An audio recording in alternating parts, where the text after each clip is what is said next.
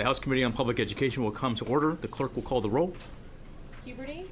Representative Bernal. Here. Representative Allen. Present. Representative Allison. Here.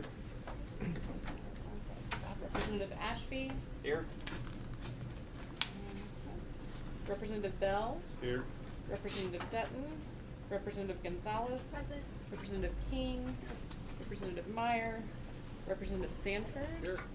Representative Tallarico. And Representative Van Dever. All right, a quorum is present. Today we're going to be hearing bills super early. There's a lot of you here. There's no overflow room, so everyone make a friend. We're working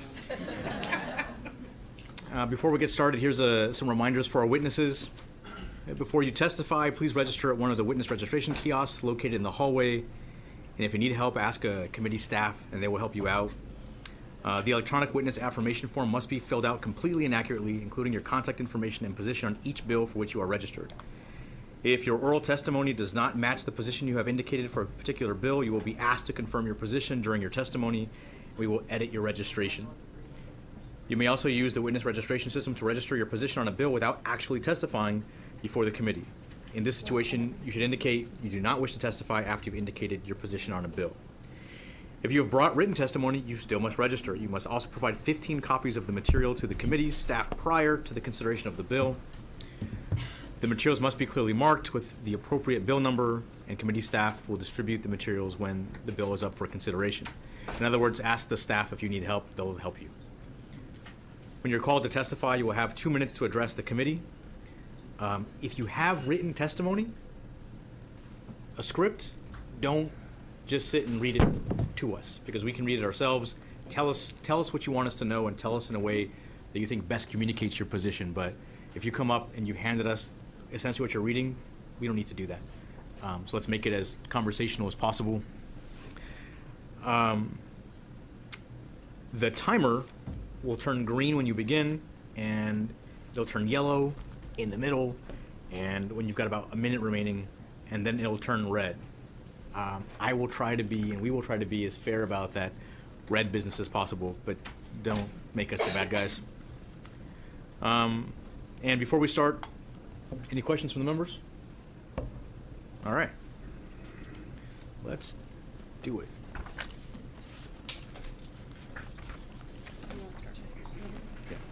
All right, we're going to start with House Bill 128 by Representative Hinojosa. The chair lays out House Bill 128 and recognizes Representative Hinojosa to explain the measure.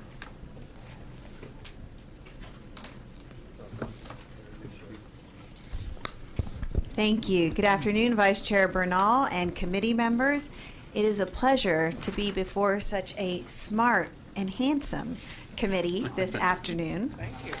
I want to thank you for the opportunity to speak to you today about House Bill 128 regarding providing parents with the physical fitness assessments of their children.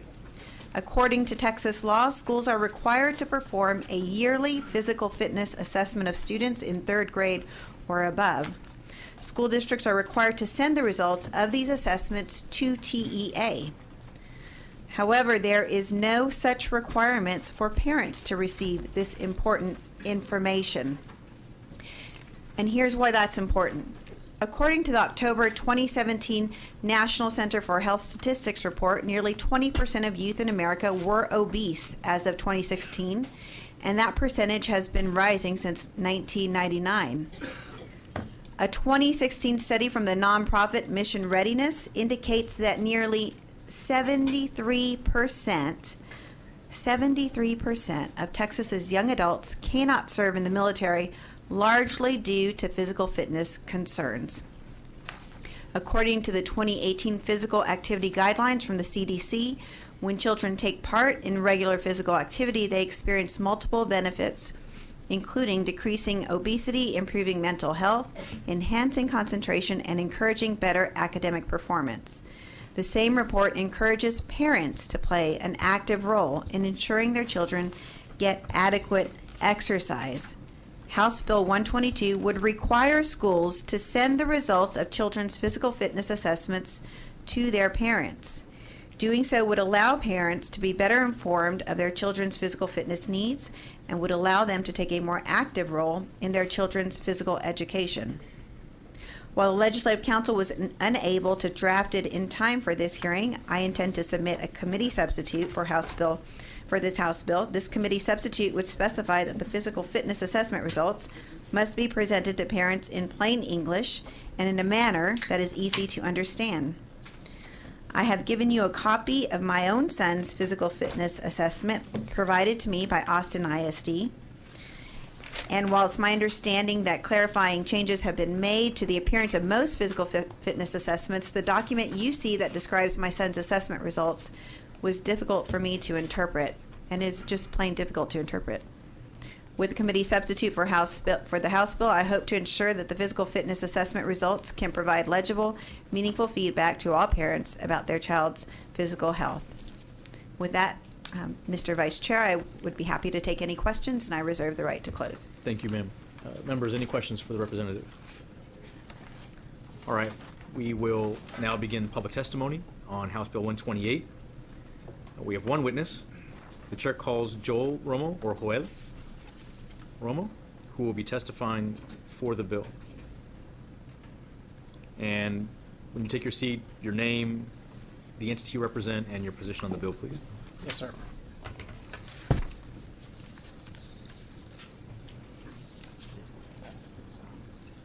So good afternoon. My name is Joel Romo. I represent the Cooper Institute in Dallas, Texas. Thank you for the opportunity to be here, and I appreciate you having House Bill 128 first and up today.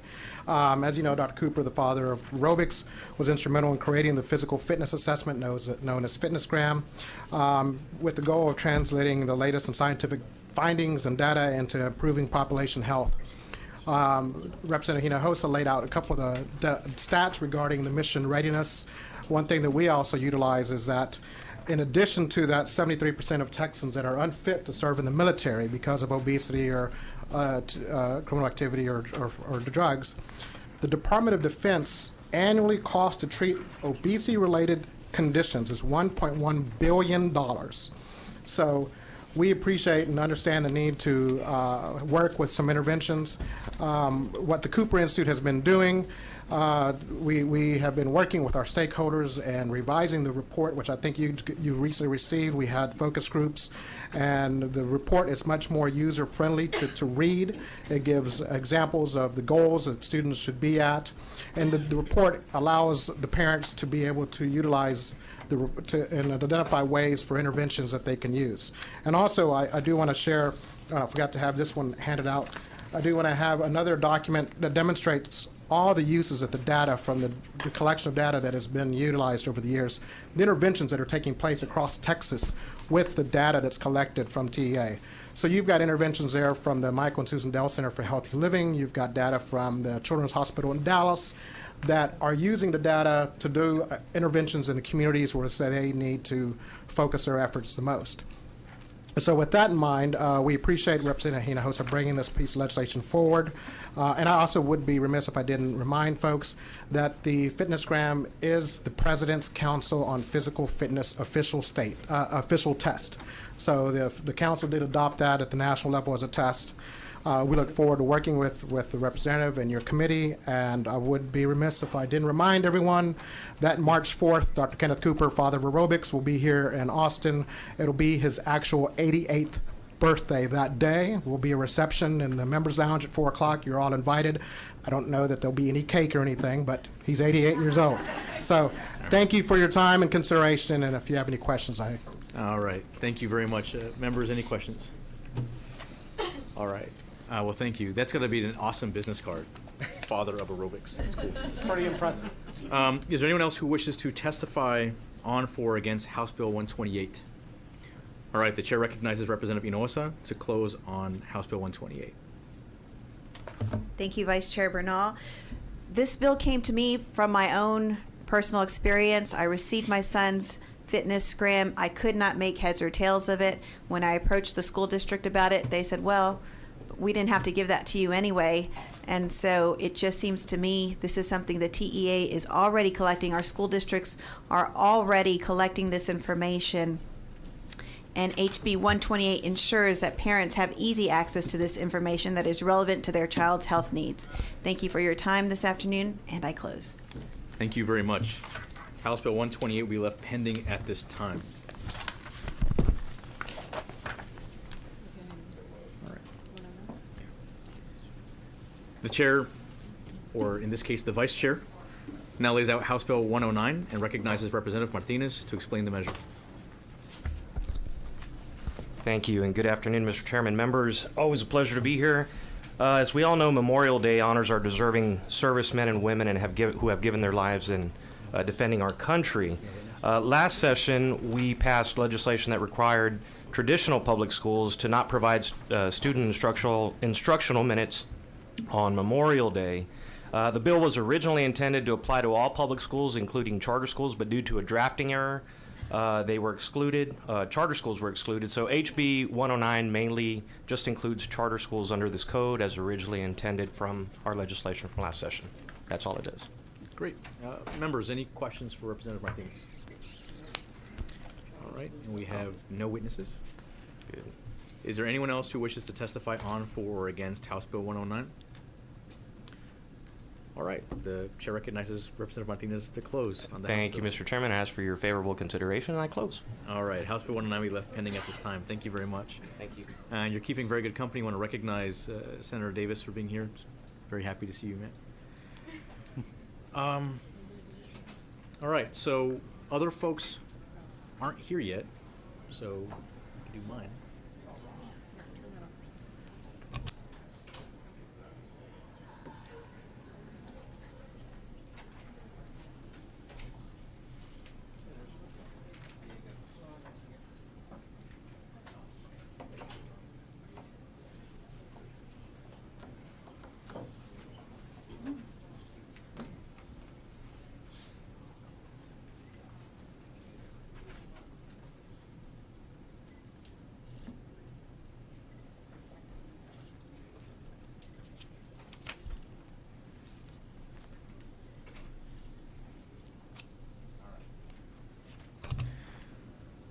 All right, so we'll do one of mine. You have a witness who needs to. I have a witness who has to go. So the chair lays out House Bill 109 and... Or 102. Do you want to do it? All right. And 102. 102. Sorry. Yeah, thanks, Chair. And I'm recognizing myself. Yeah, give me the. Okay, that's what I thought. There we go. I'll tell you. Well, you should tell me if your bill here. All right. Where we at? Right here. Except I marked it out. Chair lays out House Bill 102 and recognizes Representative Bernal to explain the measure. Thank you, Chair. Members, I'll make this quick. This is a refile from HB 816. This is the teacher mentorship bill.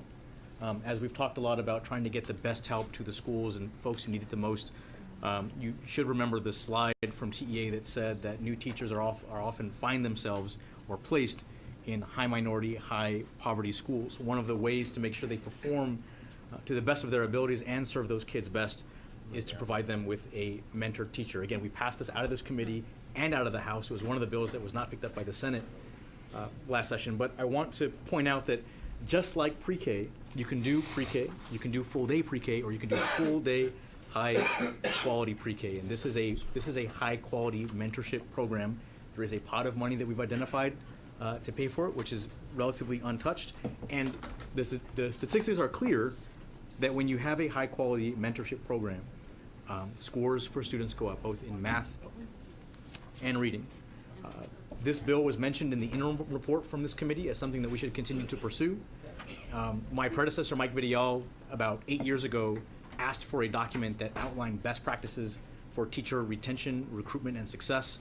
And all we've done is take one of those recommendations and memorialize it in this bill. And so with that, Chair, I will reserve the right to close. All right. Members, any questions? Nope. All right. We have some witnesses. Carrie Culpepper, San Antonio ISD, testifying for the bill. Did we go through the timer thing? Yeah. Tell everybody? Yeah. Okay. Yeah. Who's your person that needs to leave? Introduce yourself, tell us who you are, who you represent. Hi, my name is Carrie Culpepper. I'm the Assistant Director of Talent Management in San Antonio ISD. I'm here to speak on behalf of House Bill 102. So in San Antonio ISD, we implement all of the current state requirements for mentor teachers to support our teachers that are new to the profession. We provide a mentor for those teachers during the first 2 years of their career. We use all of the state code criteria to select mentors. We've also added our own district-based criteria around T-test performance, trying to ensure that the mentors we choose are the highest quality teachers we have. In the past, we have contracted with outside vendors to provide additional mentor training to provide the training that's required. This year we've implemented a new professional development model developed in-house. It includes an online course and face-to-face workshops with the mentors and their new teachers. We've received lots of feedback from those mentors that additional training of this sort is highly needed for them to perform their duties as a mentor at a high level. To that end, we are looking to launch a new program next year to develop master mentor teachers, and these would work with our first and second year teachers, and we're very happy to see that House Bill 102 aligns very closely with many of the elements of our proposed program, such as release time for mentors and mentees to work together to have data-driven conversations, classroom observations and feedback, and a focus on leadership and interpersonal skills that are critical for a successful mentor relationship. Of course, we know that monetary resources are always a factor in the implementation of new projects and sustaining existing ones. And with the support from House Bill 102, we would be able to continue providing a quality mentoring program, as well as expand our work with the new Master Teacher Mentor Program. We believe it's important to value the time and effort that teachers contribute to supporting new educators, and we know that working with adults is different than working with children, and we need to adequately support and prepare teachers who choose to take on that important work. You almost got it right on time. All right. Good questions for Ms. Culpepper? No, thank you for being here. Michael Lee, Executive Director, TARS, Texas Association of World Schools, testifying for the bill.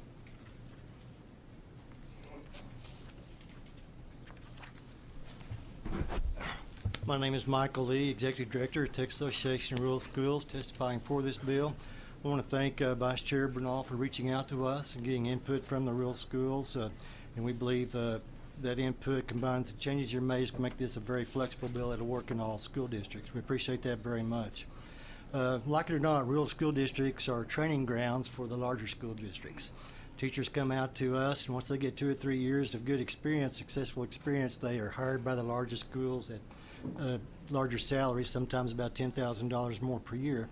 So this is an ongoing situation for rural schools. And the changes that you made do make it very flexible for school districts to develop their own mentor programs, and also but the annual requirements make sure that they're designed properly. You don't really have to reinvent the wheel. There are many, as you just heard, many mentor programs available. But if we could get them into one place and kind of formalize that would help a great deal. We could use this very much. We could do it for stipends for teachers, lead teachers. We do not have the flexibility in our smaller schools to they're going to have to teach a full day. We can't just make room in their schedule for them. But if we can bring in substitute teachers, or even reach out to our retired teachers and administrators and bring them in with the money this will provide, that would be helpful also. I've heard comments about alternate education. Please understand there are some good programs out there. And we use alternate education in the rural schools a lot. And we'll train them up ourselves once we get them certified. We also do that with those who go through regular certification programs. This is not unique to education, as I heard a recent graduate of a finance program said that she learned more about finance the first 6 months with her company than in college.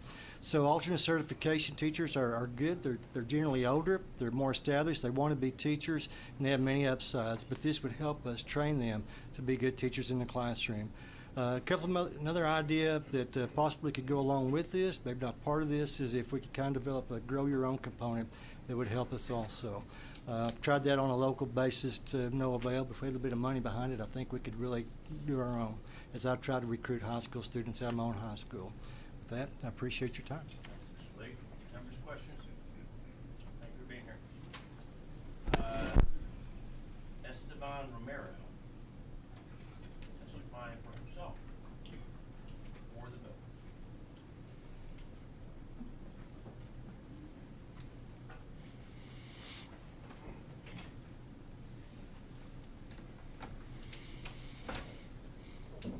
Hi, good afternoon. My name is Esteban Romero. I've been a teacher for 7 years. Today I'll be representing myself. I'll be testifying for House Bill 102. I'll be using my experience as a teacher. My first year I was actually in San Antonio ISD, and I was provided a mentor who, in accordance with House Bill 102, would have been more than qualified to be a mentor. She brought 20 plus years of experience, and she instilled a lot of that experience in me my first year. Also, in accordance with House Bill 102, we had observations throughout the year, observations and feedback, and those were vital to my growth as a teacher, and they really helped me hone my craft throughout the year. I remember right before my first observation, she came up to me and said, "Mr. Romero, what would you like me to look at when I'm in your classroom?" And I told her everything. It had been 3 weeks in the classroom, and no one had come in. No one had come in to see what I was doing or how I was doing. They hadn't really asked if I'd needed any help. But it was Miss Berry, my mentor, who helped me throughout the year.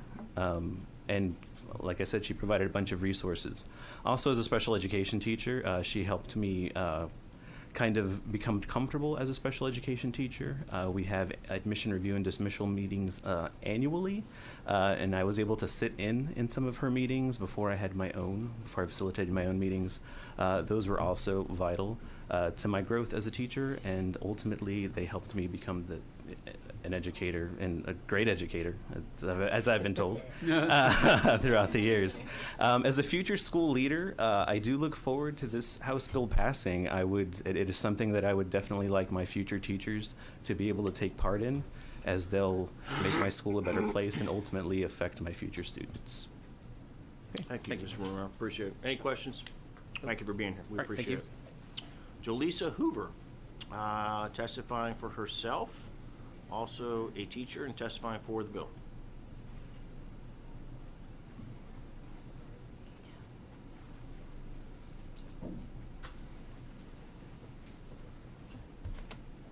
Hello, Ms. Hoover. Tell us who you are. Good afternoon, Chairman Huberty and members of the committee. I'm Jolisa Hoover. I'm a fourth grade teacher in Leander ISD. I've been a proud public schools teacher since 1992, and I was honored to be recognized for leadership by HEB in 2005 and again in 2013. I'm currently a senior Teach Plus policy fellow. I'm here today testifying for House Bill 102 on behalf of myself. So I want to start with, when I started teaching in 1992, I just finished my student teaching in Abilene, Texas in first grade, and I got my first job teaching 8th grade reading improvement in Bryan. I would have been part of the statistics of teachers that leave by fall had it not been for my mentor. My mentor was just naturally gifted at being a mentor. She was an unpaid mentor who did it out of the goodness of her heart. She met with me on her own time. And for years, I really credited that as a reason I stayed in the profession and a reason that I was successful in my job. My second year of teaching, I was asked to be a mentor, and pretty much I was a mentor every year. But then there was a year that I was invited to be a mentor, which included some training. It was the Texas Beginning Educator System, TexBES. And that's when I realized that I maybe didn't have all the skills I thought I had being a mentor. And that training, the high quality of it, changed not only my teaching, but it changed the way I was a mentor teacher. And I realized that although I really appreciated my mentoring experience with my mentor, Mrs. Foster, there were some missed opportunities. I never got to see her teach. She never got to see me teach. And she really never got paid for what she did, which was just invaluable. Going through that training made me realize how fortunate I was that I was matched with someone who, without any training, just happened to be good with a mentor, but I realized my colleagues weren't as lucky. once I was trained with TextBest, I realized that my mentoring improved, and one of the teachers I mentored credited the time she got to spend reflecting with a mentor and reflecting on the standards as the reason that 100% of her students passed the science test. Mentoring is important to me. It's something I've been looking into since I was a part-time fellow in 2008. Not only is it an equity issue, but it creates pathways for teachers such as myself who've been teaching for a while, and we want to stay in the classroom. We want to lead without leaving, but we also want to be acknowledged for our expertise. Today, I'm proud to share with you the policy paper written by the Texas Teach Plus Fellows about our recommendations for teacher mentoring called Smart Start, Mentoring for New Teachers Benefits Kids. In writing this, we interviewed teachers from across the state of Texas, as well as we researched what research has to say about mentoring. Our recommendations align with this bill, and I think you'll find both the research and the quotes in this paper very compelling. I'd like to close with just saying that currently there's some teachers who have access to high quality mentoring in Texas. House Bill 102 would provide that all of those teachers have access to high quality mentoring. I know in this session you're going to have lots of choices about what to invest in education. I urge you to invest in mentoring. Not only is it a way to provide equitable resources for our students with the most needs, but it's also a way to retain early career teachers. And compensating mentor teachers is a way to retain talented teacher leaders. Thank you so much for your time, and I'm happy to take your questions. For those of you coming to rest to testify, the fact that I gave her the benefit of the doubt doesn't mean I'm going to give you the same leeway and your time. So, thank you, Chairman Huberty. I appreciate it. Thank you. All right. Thomas Hoffman, Chief Operating Officer. Good shot. Sydney. All right, close enough. Yeah. Thank you. Testifying for the bill. Yes. Good afternoon. My name is TJ Hoffman. I'm speaking in favor of House Bill 102. Well, I am here on behalf of SIBME, a Texas company built by Texas educators. Hoffman, for a second, you said TJ. Thomas Hoffman, yes, sorry. That's okay. Yeah. That's how you register. Just Yep. make sure we got it right. Yes, sir. Go ahead. I want to first talk to you about Gene Duffy, who was my mentor 12 years ago in Pasadena, Texas. Without Gene, I'm confident that I would have joined the tens of thousands of new teachers who leave the profession after their first year. Gene embodied the spirit of House Bill 102. She was a highly trained teacher and a masterful mentor. We met every week for 2 years. Gene regularly helped me set goals for professional growth. Perhaps most importantly, Gene was adept at guiding me to reflect on evidence from my instruction and see progress towards my goals. Throughout my career, I have mentored new teachers, ran campus-based mentor programs, and supported thousands of mentors and new teachers in Houston ISD. In that time, I've seen that many new teachers do not have the same high-quality mentoring experience that I enjoyed. Most schools simply do not have the resources to afford a teacher and a mentor the protected time for regular, ongoing, evidence-based conversations.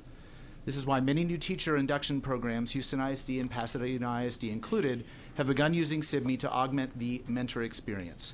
Our secure, fully integrated web and mobile platform allows teachers to capture video and other artifacts from the classroom, reflect on those artifacts, and share easily with their peers. By removing the barriers of time and space, conversations can happen anytime and from anywhere. SIBME does not replace the in-person conversations that were so valuable to me as a new teacher. It enhances them. By adding video evidence to other artifacts from the classroom, teachers are able to have focused conversations, and large programs like Houston ISD are able to quickly see the level of support provided for each teacher and track evidence of growth over time. House Bill 102 will greatly enhance the mentor experience that new teachers have throughout our state. However, flexible technology can ensure those experiences are sustained, evidence-based, and focused. I hope the committee will consider ways in which 21st century solutions can augment this important program. Thank you, Mr. Hoffman. Members, questions? Thank you for being here. We appreciate it. Next up, Andrea Chevalier.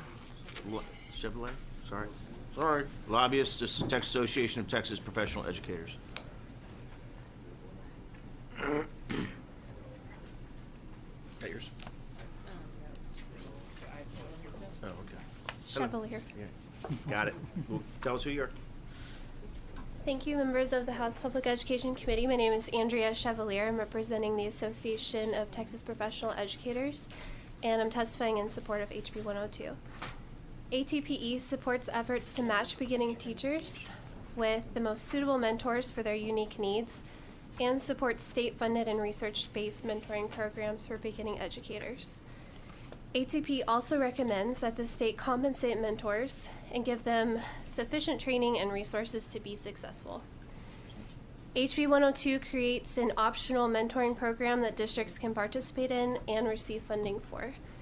Mentor programs have been shown to increase the effectiveness of beginning teachers and improve retention. The ability of districts to receive funding to compensate mentor teachers is a great way of providing differentiated pay that rewards the service and expertise of experienced teachers. Thank you, and I'm happy to answer any questions. No, good job. Thank you. Is this your first time testifying in front of Yes, us? it is. Okay. You worked for Representative González last session? I did. Okay. All right. Yes. Well, welcome to the lobby world. So, good Thank job. you. Thank you. It's great to be in front of all of you. Any questions? I think so. Thank you. Thank you. All right. Priscilla Aquino Garza, Educate Texas, testifying neutrally on the bill.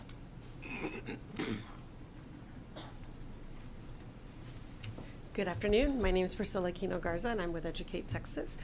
We are a public-private partnership that is out of Communities Foundation of Texas, and a lot of our work has been with early college high schools and T-STEM schools through the years. And so our work, we've seen what it means to have the educators that are trying new things, trying to be innovative, bringing in different practices into the classroom. And that you always need somebody to show you the ropes a little bit and to grow you and to really be a thought partner. You know, you think about anything any of us do, you always need somebody that's going to have done it before you to hopefully, you know, help you avoid some pitfalls and all that. You've heard great testimony about why mentoring matters. You know why mentoring matters. I think as a state, you have an opportunity to invest in it, and I think that that's a great thing.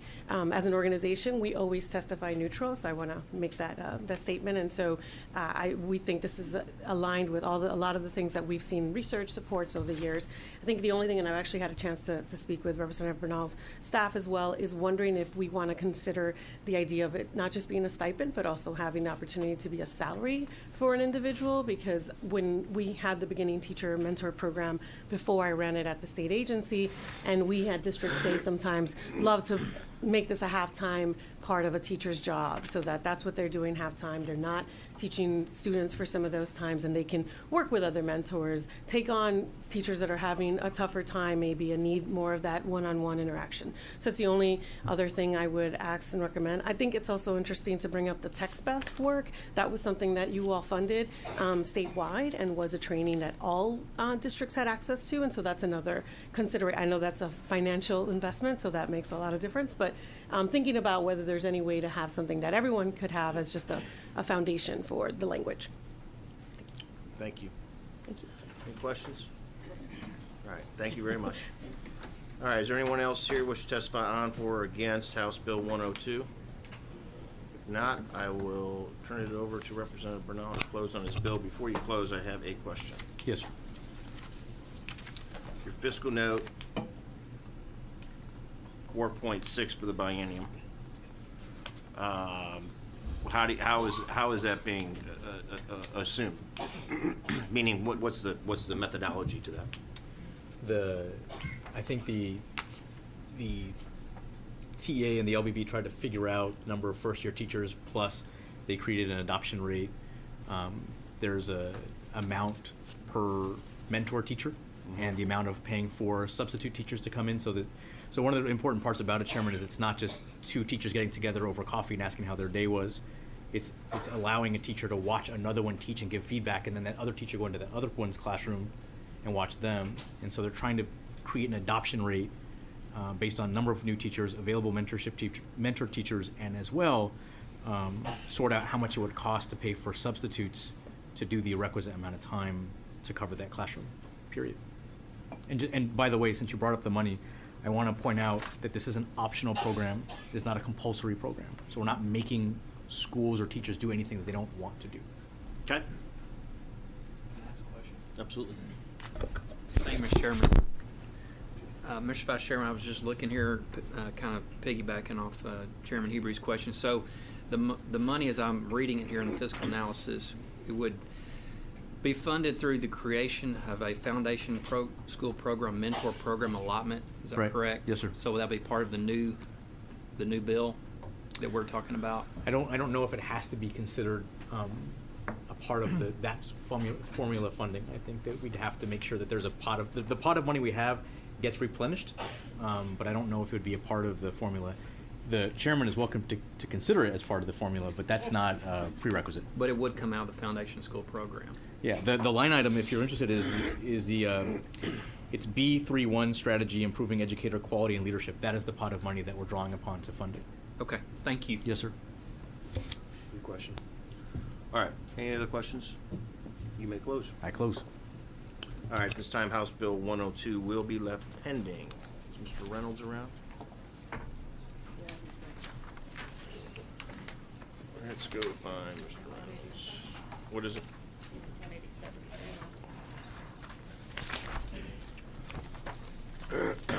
Chair lays out House Bill 187, recognizes Representative Reynolds to explain the measure. Thank you, Chairman Huberty and members, for hearing this very important local bill. House Bill 187 will create single-member districts for Fort Bend Independent School District. This bill will require each board member to be elected in single districts and one at large.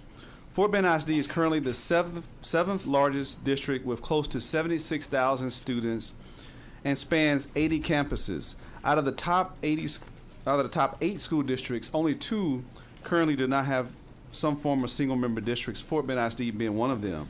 Fort Bend ISD is the most diverse district in the state of Texas, with the student population currently at 27% African American, 27% Asian or Pacific Islander, 26% Hispanic, and 16% Caucasian. Currently, there's only one African American trustee. There are no Asians and no Hispanics in an 80% majority minority district. Fort Bend County State Representatives, of course, county commissioners, constables, city council members are all elected from single-member districts. The strengths of single-member districts rest in close ties between the representatives and constituents, the accountability of representatives to the voters, and constituency service. Fort Bend's antiquated at-large system is no longer beneficial to our students and families. For several decades, the community has been pushing the board to have the single-member district item on the ballot for a vote, but the board has refused to do so. As you know, the petition drive or bringing a lawsuit against the board is very expensive. Based on recent conversations that I've had with our county judge as well as our county commissioners, I anticipate that next week there will be a resolution from Commissioners Court in Fort Bend County to support single-member districts. We have overwhelming bipartisan support across the community to make this much-needed change to structure or to restructure our board. I appreciate your time and consideration, and I reserve the right to close. Members, questions for Representative Reynolds? I have one. Yes, sir. So we've seen some good and some bad when they go to single-member districts. Yes. And dysfunction sometimes gets created in single-member districts. Help me understand the thought process. Does the school board want to do this? Does the school district, are they pushing for this as well, and they just don't want to? There's some on the board that do. I just want to get the thought process. There's some on the board that want single-member districts. There's some on the board who don't. The ones who don't, I suspect because there's some board members who would be impacted by this. Some of them live within a couple miles of each other, so they're probably don't want to go against their own interests, because if none of us could live on the same street and be elected in the same district. So this bill would be the same way. It would be geographically, you would have to be spread across the district. So there's some board members who simply out of self-interest don't want to see this bill advance. However, we've worked with many of the stakeholders, all the local mayors, the local council members, the commissioners, and there's overwhelming support, very little, if any, opposition for this. Quite frankly, in situations that you mentioned where single-member districts haven't worked out, it's easier for the community to get rid of that particular trustee because of single-member districts, because you have a smaller community as opposed to a person being elected at large, where it's much more difficult to get rid of them. So single-member districts actually help the constituent hold their elected official accountable, and that's where we've received a lot of support for it. And so we're hoping that we can finally move this forward. This is the first time where the Commissioners Court has weighed in and said that it's time to change the structure of the board. I'm looking at your witness list. I don't see anybody from Fort Bend ISD here at all. So I'd love for them to weigh in. I'd love their opinion as we move forward. Okay. Thank you. Any other questions? Yeah, Representative Meyer.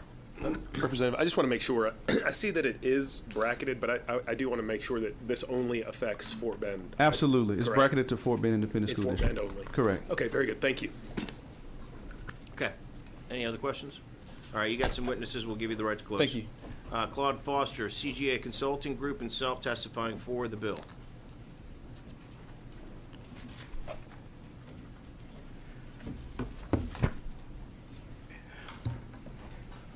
Good afternoon, Mr. Chairman. My name is Claude Foster, and I did make a small error on my application. I am here supporting in support of an organization. The name of the organization is called the Best Education Support Team, and right now that organization consists of two people: me and my wife, who's a school teacher, and our daughter, who attends school in Fort Bend ISD on the east side of the district. I'm here to ask you to support this bill, and I'm not here to make an argument, a technical argument, or a legal argument. I'm here to say that this current system is hurting our kids in ways that will last with them in a lifetime. I'm here to make a Brown v. Board of Education argument about this bill, about this at-large system. It's not working. Our schools are failing. Our children are not learning. Our schools are underutilized on the east side. This system has been in place for 59 years, and this is the result that we have. Failing schools for black and brown kids, underutilized schools, low performance school, and I put in your packet there, tab 2, the school ratings for all the schools on the east side. They're all D's and F's. Also, this system leads to voter apathy. I also put in your packet the turnout results for the last 3 election cycles. And you can see, like the precinct where my daughter's school is in, Blue Ridge Elementary. In the last election, 5 people in that precinct voted. 5 people, 1, 2, 3, 4, 5.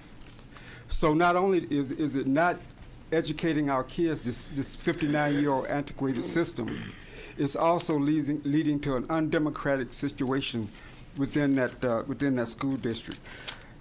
I listed some things in my packet, and I'm not an expert, but Dr. Chandler Davison is an expert on this issue, and I did indicate him. But our schools are really failing, and like I say, this is not an issue of the results speak for themselves, and you have the results there in front of you. This system is not working for our kids. This underrepresented community is not being represented in a way and in a manner and in a fashion where kids are learning. And as a parent myself, as an educator, my wife is an educator, we find this appalling. And let me just give you how my daughter got to Blue Ridge Elementary. I live in Pearland. And Fort Bend ISD was supposed to build an elementary school in Shadow Creek Ranch. They didn't build it. So we had a meeting with parents about whether or not to send our kids to schools on the east side of that district. Mr. Foster, I'm going to interrupt you. You got about 30 seconds. Tell us your final thoughts, please. Well, my final thoughts is, please do what's right and support this legislation. This system hasn't worked. It isn't working today. It's harming our kids, and we need single members districts so that we can have adequate representation to address some of the deficiencies that we have in that portion of the school district. Okay. Thank you, Mr. Foster. Thank you for being here. Members, any questions for Mr. Foster? All right. Thank you, sir. We appreciate you being here. Grover Campbell. Oh, I'm sorry, Doctor. No, I just wanted to say hi. Oh, okay. All right. Grover Campbell, Associate Executive Director of TASB, Texas Association of School Boards, testifying against the bill.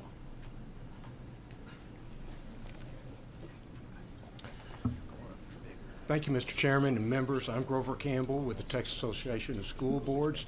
Unfortunately, no members of the Fort Bend Independent School District were available to come for this hearing after the holiday weekend and the late posting on Thursday. But TASB has asked that I come and represent that Fort Bend ISD is a large, complex, and very well-run school district. You've heard that it's the 7th largest in Texas, and indeed last year, in 2018, they won the HEB Excellence in Education. This large district is represented by multiple members of the Texas House. In addition to Representative Reynolds, portions of it are in Representative John Zerwas' district, Representative Phil Stevenson's district, Representative Rick Miller's district. As you've heard, Fort Bend ISD has member elections in hybrid between geographic districts and at large, and it is a unique hybrid in that every year voters elect one trustee who lives on the east side and one that lives on the west side, but all members of the district vote in both elections. The following year you have a similar election. One member has to live in the east side, one member has to live in the west side, and then in the third year there's an at-large election. Fort Bend ISD trustees are aware that some of the community are concerned with the current method of electing their school board members. Indeed, not too long ago, a lawsuit against the district was carried all the way to the Texas Supreme Court, which ruled in favor of Fort Bend ISD. According to TASB's research, the Texas legislature has never unilaterally forced an individual school district to adopt a specific method of electing its trustees, and TASB sees no reason at this time to suggest so. I'm happy to answer any questions. Or is there any questions? I have a question. Yes, Representative Bernal. Why not? I mean, I hear that it's working according to you. He's got information that says that some schools, some parts of the district that serve certain kids, it's not working out for them. What's the harm in going to single-member districts? What's the opposition to it? Well, we don't think that that's a decision best made in Austin. That's a local control issue. Across the state of Texas, in the 1,023 school districts, there are some that are. So your position is not that it's a bad idea. Your position is just that it shouldn't be us making it. Is that right? That's correct. Okay. Thank you, Chairman. Any other questions? Mr. Campbell, I would just point this out, and obviously I'd love to hear from the Fort Bend people. I know some of those board members. I don't know if this data this guy gave, Mr. Campbell, or not Campbell, who was the guy before? Mr. Foster gave us is accurate or not accurate. I'm assuming it is. I don't see any reason that he's there. So I'd love to hear back from them as well. We spent 12 months in trying to figure out how to improve our failing campuses across the state. And it seems to me that there's populations of students that are being left behind here. So I'd like for you to I understand. Yes, sir, Mr. Chairman. You will be hearing from individual members from the board. Okay.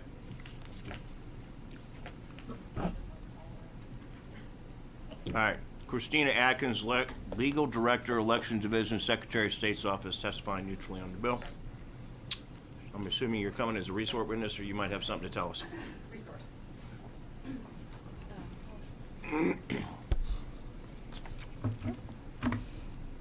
Any questions for her at all? Because I do actually have one. What is the hybrid? I mean, obviously none of us can keep track of 1,200 school districts in the state of Texas and how they run their elections. Mr. Reynolds did not actually present. I was under the impression everything was at large. So we have this hybrid model that's there. Are you familiar with? Sure. You can see. Can you tell us who you are and yes, who you represent and what your position on the bill is? My name is Christina Atkins. I'm the Legal Director for the Elections Division with the Texas Secretary of State's Office, and I'm here to testify on the bill as a resource. And your question, sir, was about what you currently see in school districts across the state. You can see a variety of different things. It's not uncommon to see people elected completely at large, so that means everybody in the territory votes on all of the positions. Alternatively, you might see people that are, or you might see school districts that are organized by single-member districts, so you've got specific territories that each person represents, and so people within that territory would elect that position. Or you can see kind of a combination of the two, where you would see people elected at large, a certain percentage of them would be elected at large, and then some would be elected by single-member district. Okay. Are you familiar with how they conduct their elections today? How Fort Bend does? I believe Fort Bend ISD elects at large with place numbers. I wasn't familiar with the specific scenario that was described, but I understand it was something to that effect. Okay. Mhm. Well, perhaps Mr. Reynolds might be able to share with us what that is, because that's a little different than what I've seen in pretty much everywhere else. Yeah. It's either single member or at large. You know, that's the way it typically is. Not like at large, but from over here and over here. You know what I mean? That just seems. It's not uncommon to see something where you might have 2 at-large members and then the rest are by district. Right. So, yes, sir. I got that. Okay, fair enough. Thank you, ma'am. Appreciate it. Any other questions for her? Thank you, Ms. Atkins. Thank you. Regina Gardner testifying for herself, testifying for the bill.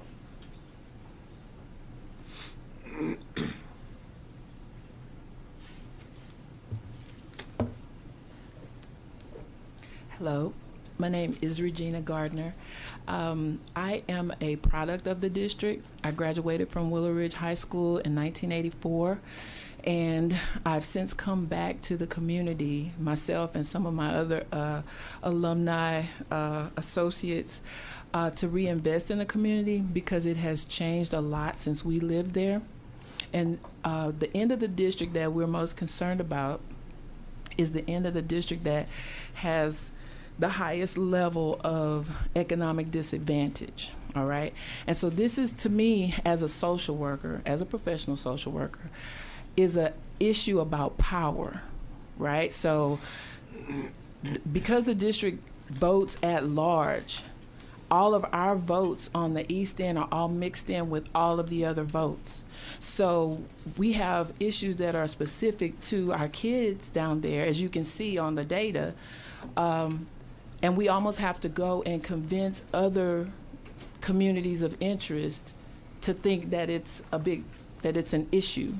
And so you have a situation where they may have sympathy for us, but they might not be able to empathize enough to vote in a certain way. So single-member districts will help us because it will transcribe areas of, communities of interest where we have these special interests, and we can always have a voice on that board. So that gives our a community that doesn't have power, very much power, it gives us more power. So it doesn't solve all of our problems. It's not a cure for everything, but it gives us a little more leverage. So that's pretty much my spiel. We also have a candidate that's well, I'm sorry, I guess I run out of time. Go ahead. You get 30 seconds to finish up. Go ahead. Okay. It places an undue hardship on us as well on the lower socioeconomic side of the district when we have to do these county-wide campaigns. So if we could do that in our little area and present and have somebody there representing us, that would be really good. Representative King. Thank you, Mr. Chairman. I was just curious. I was looking over this. Is it your belief that if you went to the single member district, that your actual turnout of your registered voters would increase because they're voting for somebody from that specific place? Right. Is that what you believe? I believe because that. I was looking at the data here that the gentleman earlier provided, and the turnout's pretty dismal.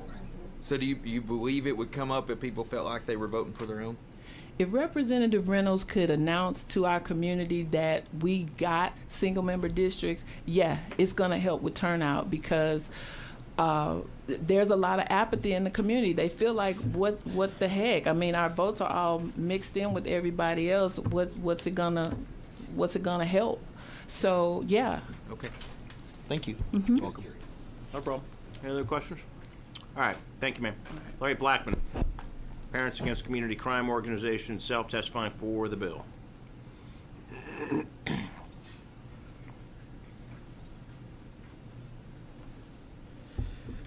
Good afternoon. I'm Larry Blackman. I'm here to testify in favor of House Bill 187. First of all, I'd like to start off by picking up where Regina left off And no doubt in our mind that we feel like these people don't sympathize with what's going on over on the east side. And we got the east side and west side.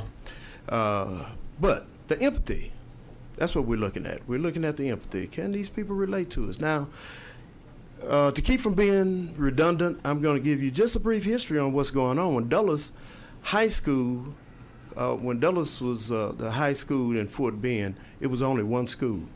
Dulles High School, Dulles Junior High, Dulles Elementary. No need for single-member districts.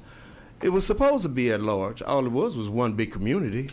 But now it's expanded to 80 campuses, 11 high schools spread all over. It's the fastest growing ISD in the history of ISDs.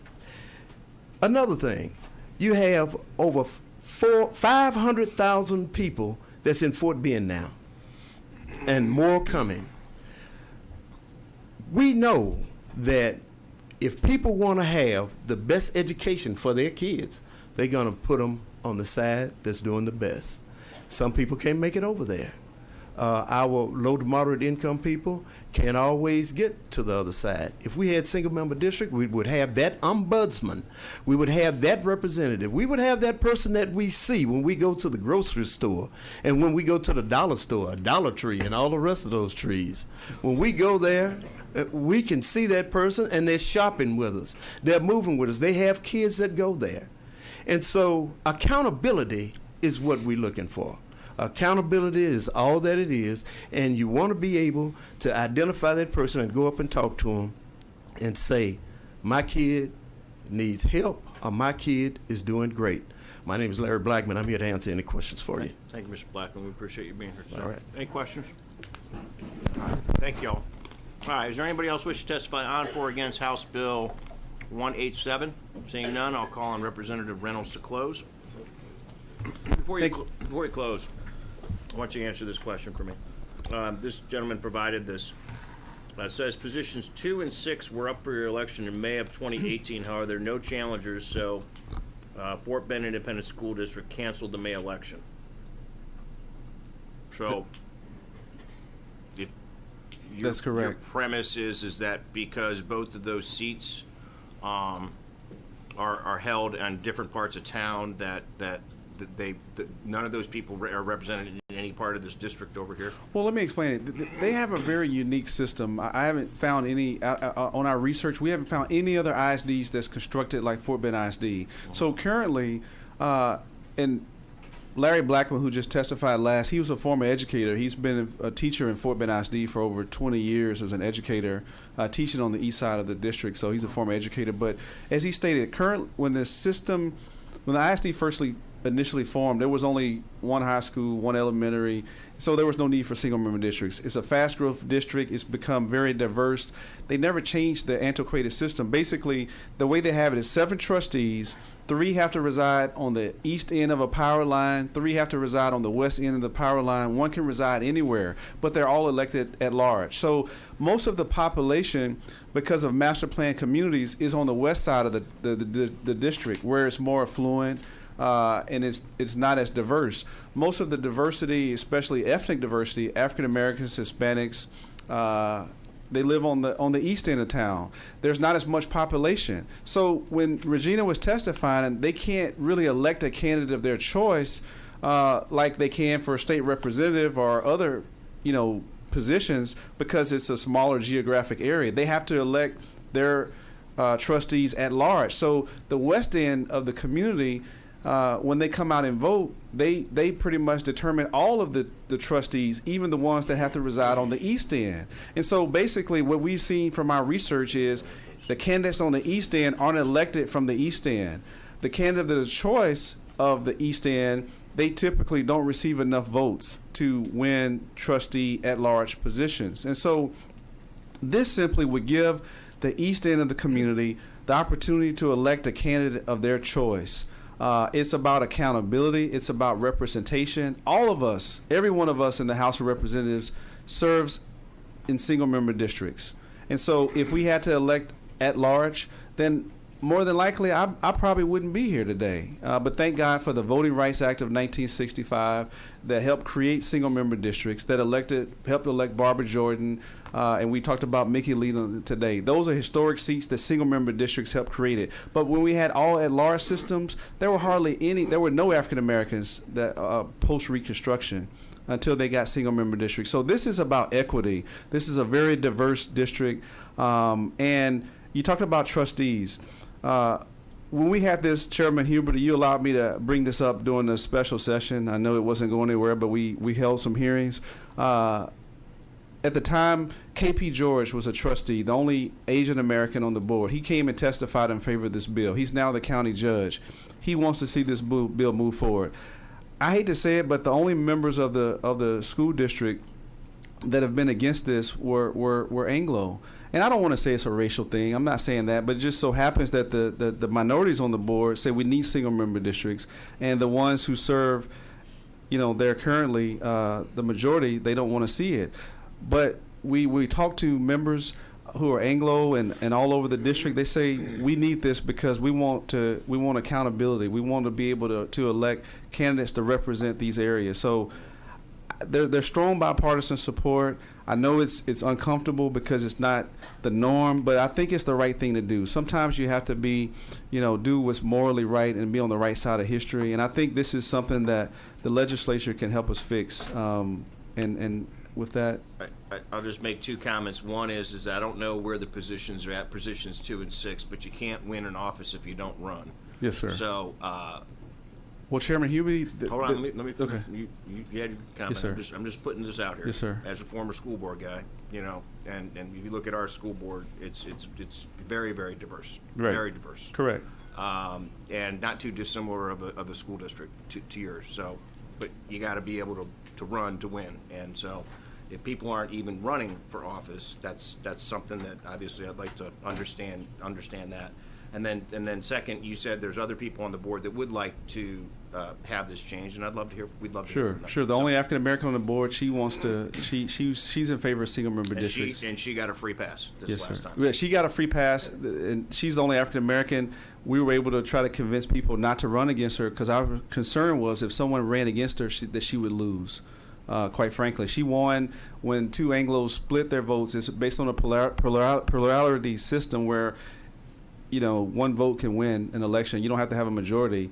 And so we were trying to protect the one African American that's on the board. And African Americans have the largest population, followed by Hispanics and Asians, and they have no representation. And lastly, I wanted to say there have been numerous minority candidates to run.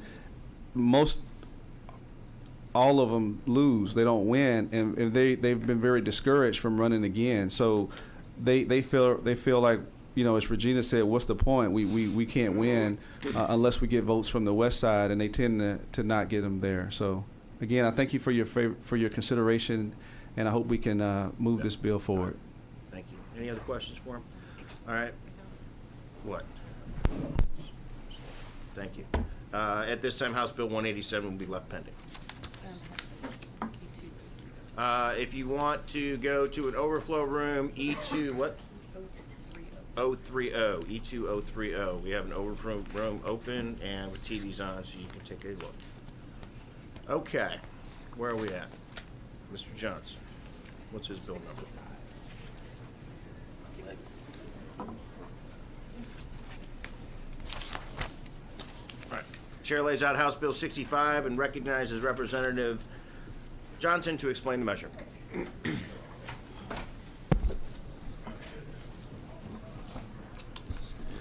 Thank you very much, Chairman Huberty, Vice Chairman Bernal, and members of the committee. Thank you so much for this opportunity to lay out very early in the session House Bill 65. I want to start off by way of history related to this bill, but I do need to refer to last session and say thank you to this committee for those of you who are on this committee last session for passing House Bill 674, which created the requirement in state law, which I'm very, very proud of, and that we have received much acclaim as a state for for banning the suspension of children from pre-K through second grade. This committee was, I'll say it was responsible for that taking place. I remember the legislative process, and it could not have been done without this committee. So thank you all for doing that. This bill before us today is the data and transparency piece to that legislation. I won't belabor the point. I'll let the witnesses do the talking. But essentially, what this legislation would do would be to require the school districts to report specifically on their out-of-school suspensions to the TEA, certain demographic data, so that the public would have it at their disposal, so that people can actually study this topic and make recommendations to school districts on how to improve their student discipline. The whole point of the original legislation last year was that we really want to shut down what has been called the school to prison pipeline. We want to make sure that kids are not being put on a path to prison as opposed to putting on a path to graduation. Well, one of the things that people would like to be able to do is to study the topic, and they can't really study the topic without good data. So this bill just adds in the data piece. Doesn't create the rule. We did that last session, again, thanks to this committee, and this is the data piece. So with that, I respectfully ask for the right to close, and I'm happy to answer any questions now or later. Any questions? Any members, any questions? All right, thank you, Mr. Johnson. We'll give you the right to close. You have some witnesses.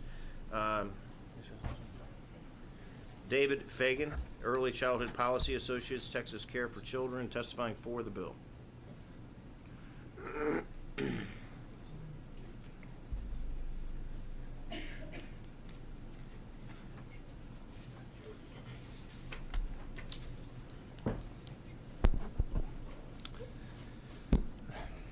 Thank you, Mr. Chairman and members. My name is David Fagan with Texas Care for Children, testifying for House Bill 65.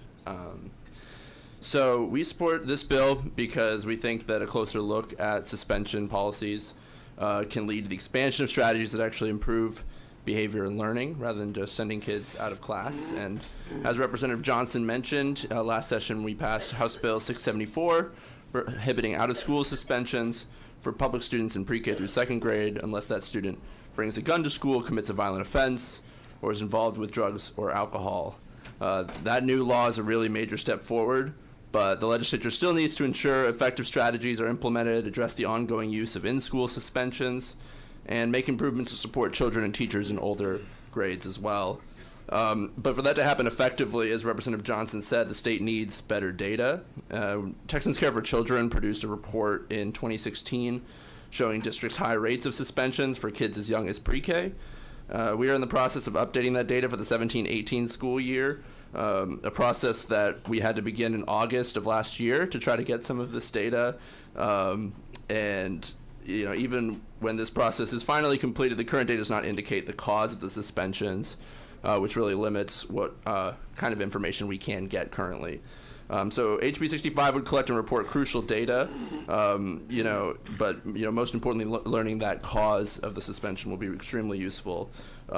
So as the legislature is exploring ways to improve school climate this session, HB 65 would provide critical data to understand the challenges that students, teachers, and administrators are facing every day. And with this information, we'll be able to effectively provide supports to students to stay in class rather than be suspended. So, we believe that suspensions tend not to improve behavior, but there are other strategies and practices the districts can implement that do improve behavior and also keep kids in the classroom learning.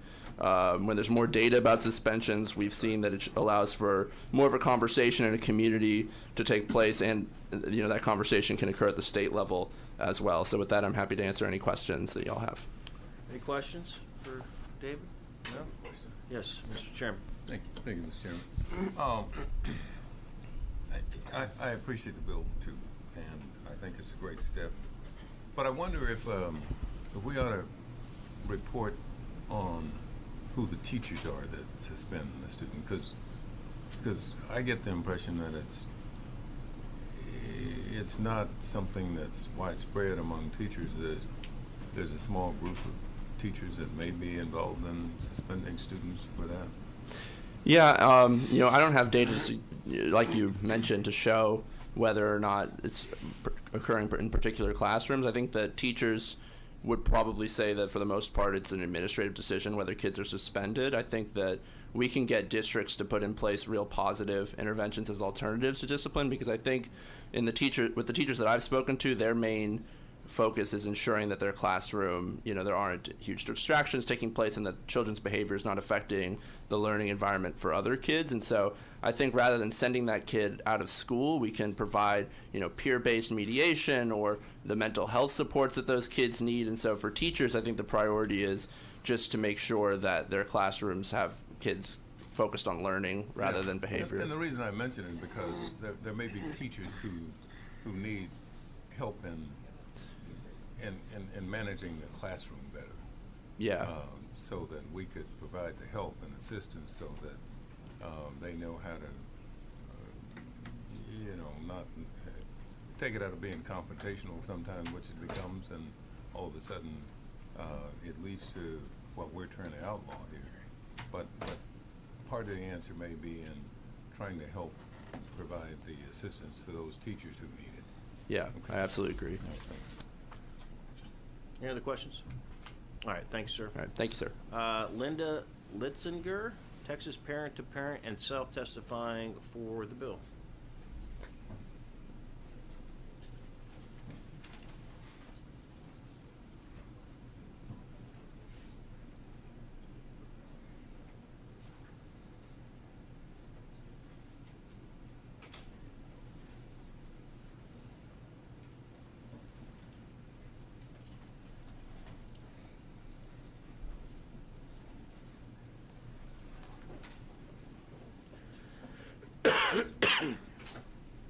Thank you, Chairman Huberty and committee.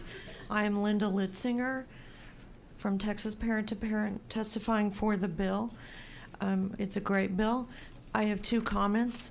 I wonder if there should also be data as to if the infraction is in line with the code of conduct or not. Some may not even be a problem with the code of conduct. Then the other thing is, does the child have a behavior intervention plan that actually mentions dealing with that very infraction? Thank you very much. Bye. All right, well, that's how to do it, everybody. Good applause for your testimony there. Like your bill. Fix this perfect, huh?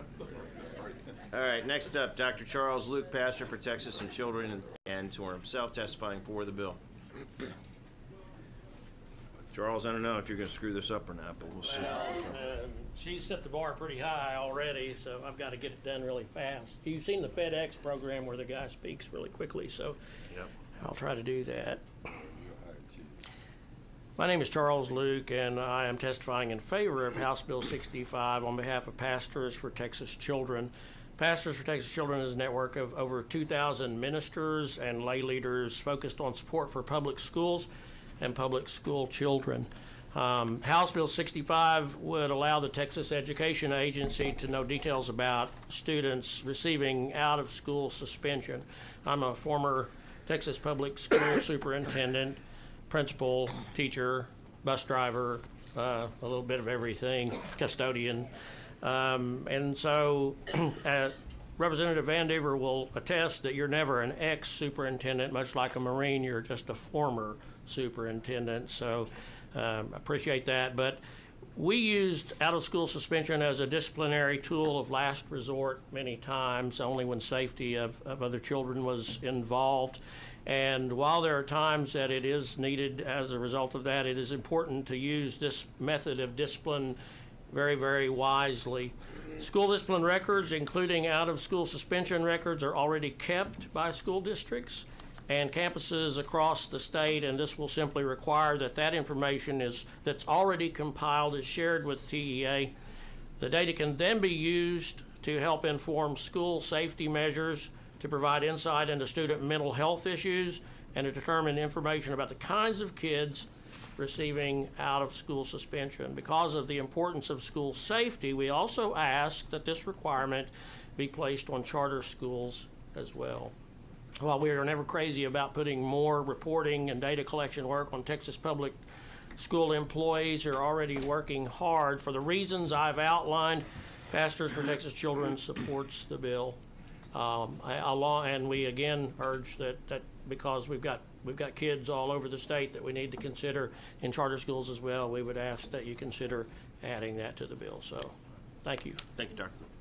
Any questions? Thanks, sir. Appreciate you being here. Jolene Sanders, Advocacy Manager, Eastern Seals of Texas, and self testifying for the bill.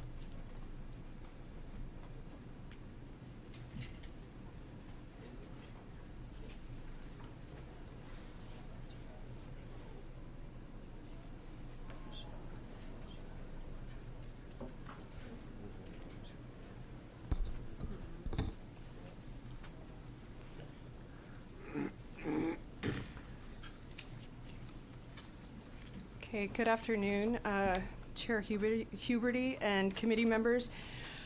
You will have my handout, so I'm just going to highlight some points that are in my written testimony. My name is Jolene Sanders. I am testifying for the bill. I'm the advocacy manager at Eastern Seal Central Texas, and I'm here representing our affiliates across the state.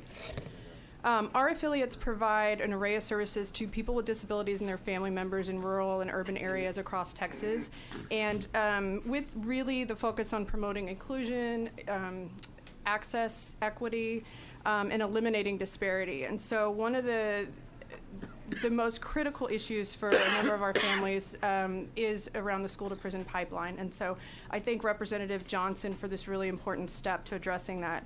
We know that students can have a number of challenging behaviors due to food insecurity, mental health or behavioral health issues, disability, living in poverty, and these things impact the behavior in the classroom and subsequently the discipline. So there's a few variations in terms of disciplinary measures, and speaking to kind of touching on what Representative Dutton was mentioning, there is this thing called implicit bias where we tend to, educators may tend to dole out harsher punishments for certain students.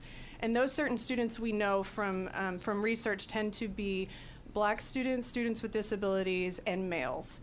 And I've included on the second page just some samples from the Office of Civil Rights that show those percentages. So for instance, in Houston, 24.4% of students are Black students, and they account for 51% of out-of-school suspensions and 56% of expulsions. And these numbers are similar across the state. In order to really make meaningful progress in this area, we do need this data and be able to compare it and identify, are there certain students who are getting harsher punishments for the same infraction that another student may get a milder punishment for. So for instance, we've had contact with families who say, my kid was sent to a DAEP, and then we hear from other families about a different punishment for their student, which is for the same violation. So we think that collecting this data is really important. Furthermore, really aligning it in section 37.001 of the Texas Education Code pertaining to the Student Code of Conduct. In subsection A4, it addresses that consideration must be given in concerning suspensions, DAP placements, JJAEP, or expulsions to self-defense.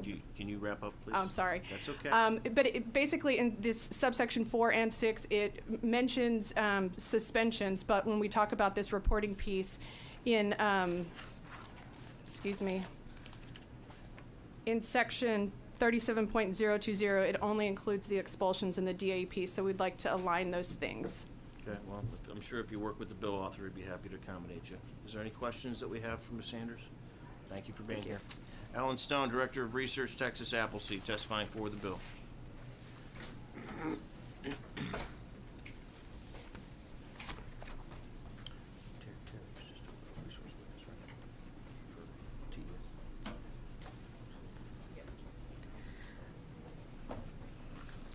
Hello, my name's Ellen Stone. I'm the Director of Research at Texas Appleseed, and I'm here testifying in support of House Bill 65. Texas Appleseed is a public interest law center that focuses on social and economic justice, and one of the things that we do is collect and analyze data on the school-to-prison pipeline to issue policy recommendations. So having accurate, reliable data is a critical first step in order to be able to make effective policy recommendations. So today I want to give you a snapshot of the use of suspensions in Texas to illustrate how important it is to have access to this information, and the report that I handed out also has some more detail on other types of discipline in Texas. So in the last school year, there were 402,373 out-of-school suspensions given to students across Texas. Black students are overrepresented in suspensions, accounting for 33% of all suspensions, but representing just 13% of the student body population. Students with disabilities are also overrepresented, accounting for 20% of all out-of-school suspensions, but just 10% of the student body population. A further 13,346 out-of-school suspensions are given to homeless students, and 6,874 out-of-school suspensions are given to students in pre-K through second grade, some of which are clearly in violation of House Bill 674. Lastly, 76% of out-of-school suspensions were for violations of student code of conduct. And because we don't know, TEA does not require districts to report the specific code of conduct violation, it's unclear whether these suspensions are in compliance with the guidelines set for student code of conduct violations in the education code. So without the transparent reporting guidelines, none of this data would be available. And so it's vital that we continue to be transparent about the use of discipline in schools so that we can make sure that schools are a safe and secure place for all students. Okay. I'll take any questions. Any questions for Ms. Stone? Yes, Representative King. You said students with disabilities count for how many? 20% of all out-of-school suspensions, but they're 10% of the student body. So, can you tell me what is that attributed to? Is it behavior? Is it what? I've heard a lot of statistics about schools or about students being suspended, and it a lot of times it is zip code related or maybe race related, but I've never heard with disability getting suspended. Yeah, so TEA does report the discipline trends for students in receiving special education services. Right now, I don't know off the top of my head the reasons why they are being suspended, but yeah, I can say it's about 20% of all out-of-school suspensions are given to those students. Generally, that's a lot. That's a big number. Right, and anyway. Generally, most out-of-school suspensions are for violations of student code of conduct. Sure. Okay. Thank you. Is this right? I'm looking at you. You don't have page numbers on this thing, but sorry. It's your second to last page. Pre-K. Is this pre-K through second grade disciplinary? Yes, it is. Yes. Killeen ISD had 823. Yes. Yes. And again, compare that to how big. I don't know how big the district is. I mean, they're pretty big, but compare it to Fort Worth, or I'm looking at Richardson, Klein. I know Klein's a big one. I just something ain't right there. And these are also in clear violation of the law. I'll say of the 6,000 out-of-school suspensions given to pre-K through second graders, 93% of them are for violations of student code of conduct. Yeah, violent crimes, yeah. Pre-K through second grade. Violent crimes. I'm not sure what they're doing. It's interesting. Something's going on there. Right. Any other questions? Dr. Allen. I just want to mention too, there are suspensions that go unreported because they wait till after 10 o'clock, 10:30, what the attendance hour is, and then they suspend students after that, so that number is much higher than even reported. Yeah. Particularly the special ed students. Yeah, we also have heard reports of parents having to come and pick up their child as a form of discipline that's not necessarily coded as an out-of-school suspension, but they're being called to ask for their students. Yep. Any other questions? Chairman. Thank you, Mr. Chairman. So the kids with disabilities, even do they make a determination as to whether or not their disability or their infraction is a result of the disability at all? I know that schools are required to do that. Yes. I don't know whether or not from these 20% or so of out-of-school suspensions, I don't know whether or not a manifest determination review has been made. But I do know that schools are required to do that, and I think that was something that Jolene had spoken to in her testimony. Are you required to have a hearing or anything before the suspension takes place? I'm not sure of that. I'll have to look it up, and I can get you some information on that. And do you know generally how long how many days you get suspended for? I believe it's it's 3 days, so 3 between days. 1 to 3 days of a suspension. Okay. And again, I'm back to my other point. Do they have any idea which teachers are engaged in this more often than others? To my or whether understanding, teachers are engaged in it more often than others? hmm To my understanding, there is no reporting requirement for who issued the suspension. Okay. All right. Thank you, Mr. Chairman. Yes, you bet. Any other questions? All right, thank you. We have a TEA resource witness in case anybody wants one. Terry's here. Staring at me. Nobody? All right, going once, twice, sold. All right, is there anybody else wish to testify on, for, or against House Bill 65? If not, we'll call on Representative Johnson to close. Thank you, Mr. Chairman, Mr. Vice Chairman, members of the committee. All I'd say in closing is I do believe in the process of a committee having possession of a bill and working out any changes we need to. So I'm open to a committee substitute that addresses some of these issues if we want to. I feel like that's something that you guys have a lot of expertise in this. I see a lot of folks on this dais who have a lot of experience. So I'm totally open to a committee substitute on any of these points that came up today. And I'll just respectfully ask that this bill be sent to the general calendar at the appropriate time. You have a question from Representative Bernal? Before you close this, sure. Someone said something that confused me a little bit. The original bill, it applies to both traditional public schools and charter schools? My understanding is that it was the intent of it for me as the author was to include any public school student. Right. If there's a statutory reason why there's a different place in the code where we have to go to address the charter school, public school student, then we should do that. But I do not want to create a dichotomy between whether or not we're reporting these suspensions, because I have to go back to 674 and say the intent of 674 from last session was not to have one reporting system or one set of rules for out-of-school suspension for pre-K through second grade for traditional public school students, but have an exemption for charter school students. So the reporting should also apply to both. Someone mentioned continuity. I guess we got to make sure we're clear on both ends. Again, on a committee substitute, if there's a need to clarify that, we should do it. But no pride of authorship here. Let's just get it fixed to address the intent.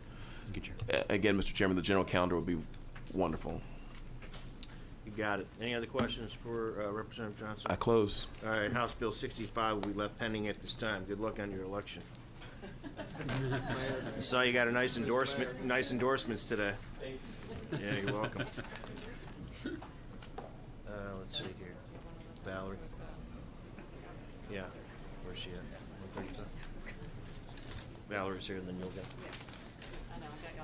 You're part of the committee. You can sit and wait. Next after Valerie. That should be the rest of the people that are not on the committee, right? Okay. 134. All right. The chair lays out House Bill 134 and recognizes Representative Swanson to explain the measure.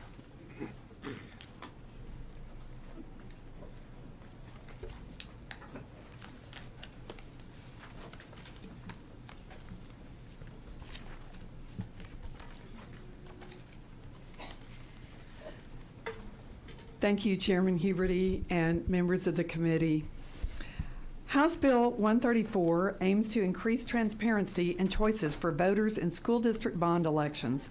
Currently, a school district bond may contain as many projects or categories of expenditure as the governing board chooses to include. This practice requires voters to approve or decline multiple projects wholesale rather than allowing voters to decide whether or not to approve individual projects.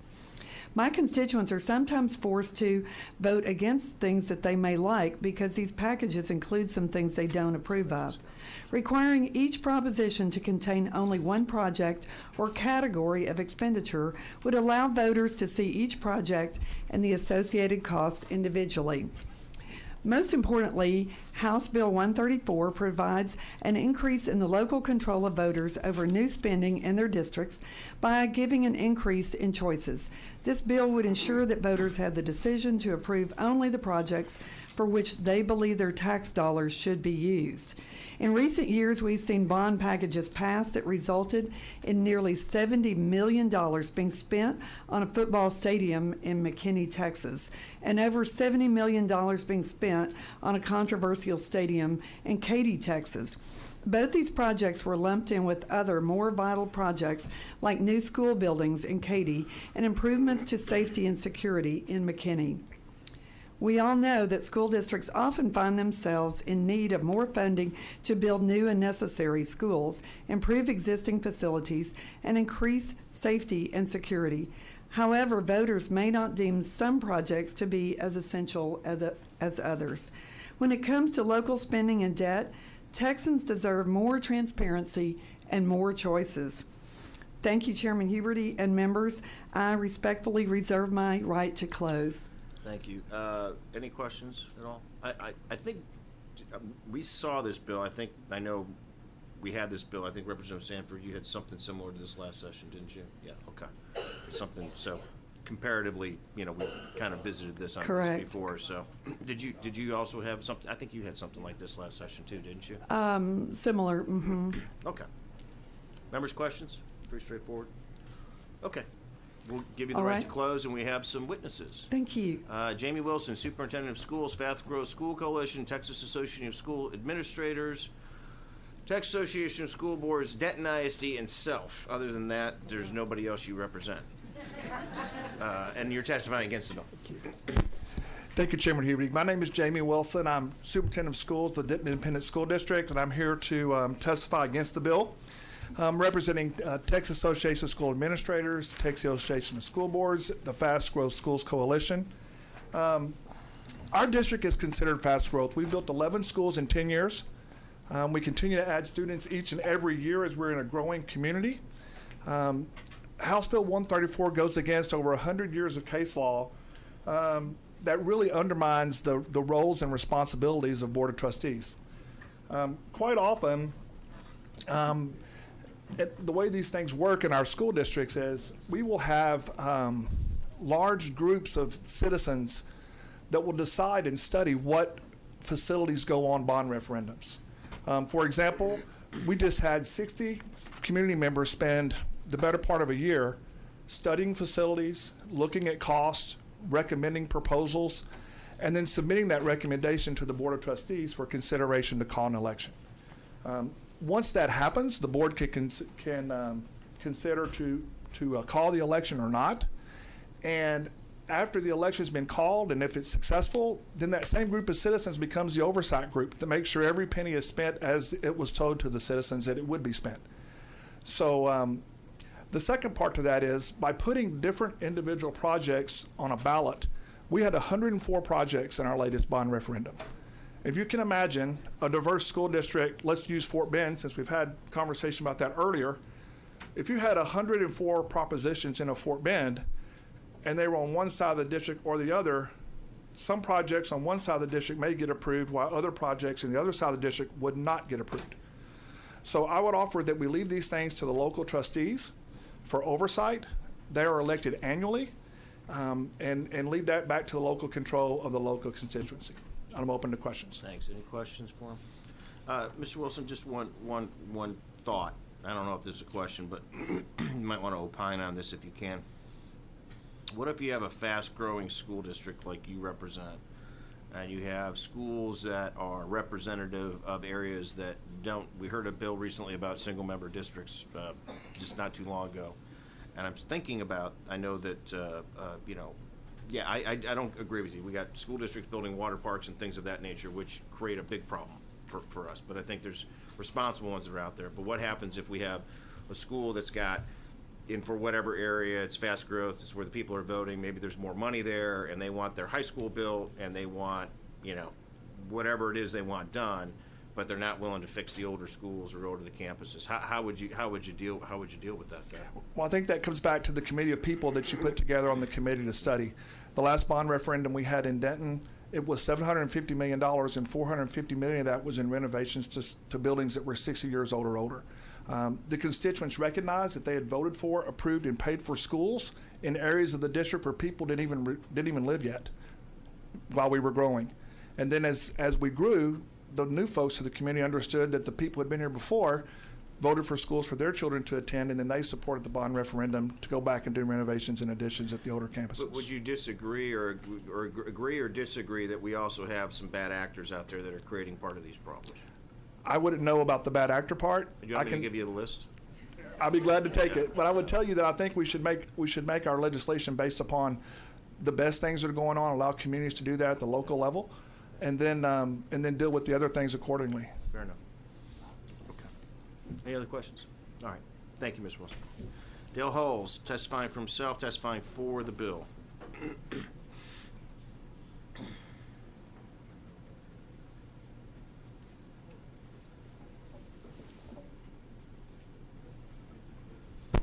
Thank you. I'll be testifying for the bill. My name is Dale Hulls. I'm a Harris County Republican Precinct Chair, a Clear Creek ISD Citizen Financial Advisory Council member, a committee member, and I'm testifying for myself. In May 2017, I worked with Citizens for CCISD, a special interest PAC opposing the CCISD school board bond. From 2004 to present, CCISD has obligated taxpayers for approximately $2.1 billion. The 2017 bond was for $487 million with $425 million in interest. We lost that bond election, 64% for the bond to 36% against. That worked out to 7,469 voters for and 4,277 voters against, for a total of 11,746 votes. Consequently, a very small number of voters were obligating taxpayers for millions of dollars. You know how many people vote for you in each of your districts. It's a lot more than 7,000 voters. Note that my group was not against all spending in that bond. However, we questioned $100 million for one school, a new football stadium, and scoreboards, etc. We were in favor of building new schools that were needed, improving security cameras, and facility repairs such as roofs and new school buses. But without these items being rolled up into an omnibus bond issue, for most people can find something they could support. Unfortunately, to get the good, you had to go with the bad or the unnecessary. With school bond elections slanted towards the outcomes that the ISD administration's desires, we have a culture of voting initiative in the school districts themselves. We have separate polling places from the local election polling places, and May elections, which, in my opinion, suppress voter turnout, and a financial advantage that regular taxpayers cannot match. Bond opponents raised $4,600 from private donors. Bond supporters raised $49,000. 11 donations came from corporate sources, with the Joyner Architects of Kingwood donating $10,000. I asked that the committee to give the regular taxpayers a chance not to defeat any bond that comes on a ballot, but a chance to eliminate discrete bonds that overspend or fund unnecessary projects for the local ISDs. As far as bonds being complicated, we know that, but it's not for the convenience of the government, but for the convenience of the taxpayer. Thank you, sir. We appreciate you being here. Is there anybody, any questions? All right, thank you, sir. We appreciate you being here. Michael Openshaw, testifying for himself and for the bill.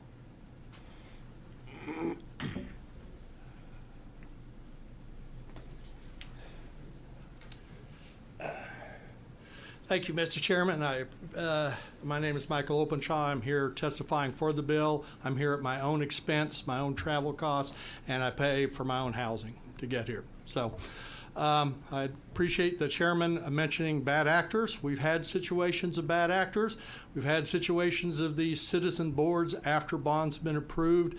In one school district I was a member of at the time, deciding that an auditorium was a classroom, and taking classroom money and building an auditorium.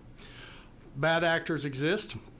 The voters need to have the finest level of detail necessary to help control bad actors and bad projects that do come up.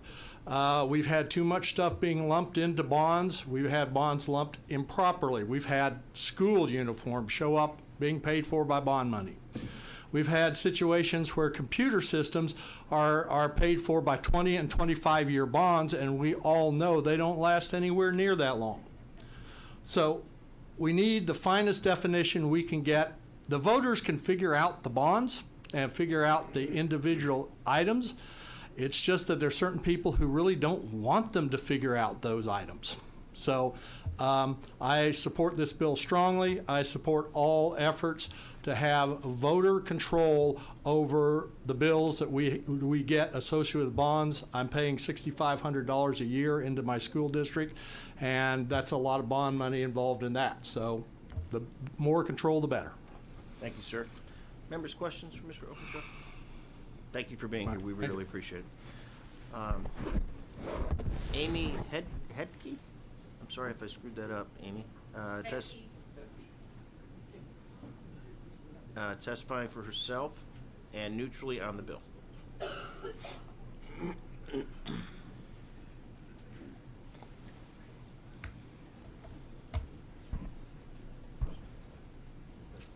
Hi guys, yes, Amy Hedke for myself, and I'm neutral on this because I'm frankly ambivalent on how effective it would be. I am typically opposing pretty much every bond that comes up. Tax ratification elections, I'm a big dump the property taxes chick. However, in working these bond elections and other elections and candidate elections, looking at voter patterns is pretty critical.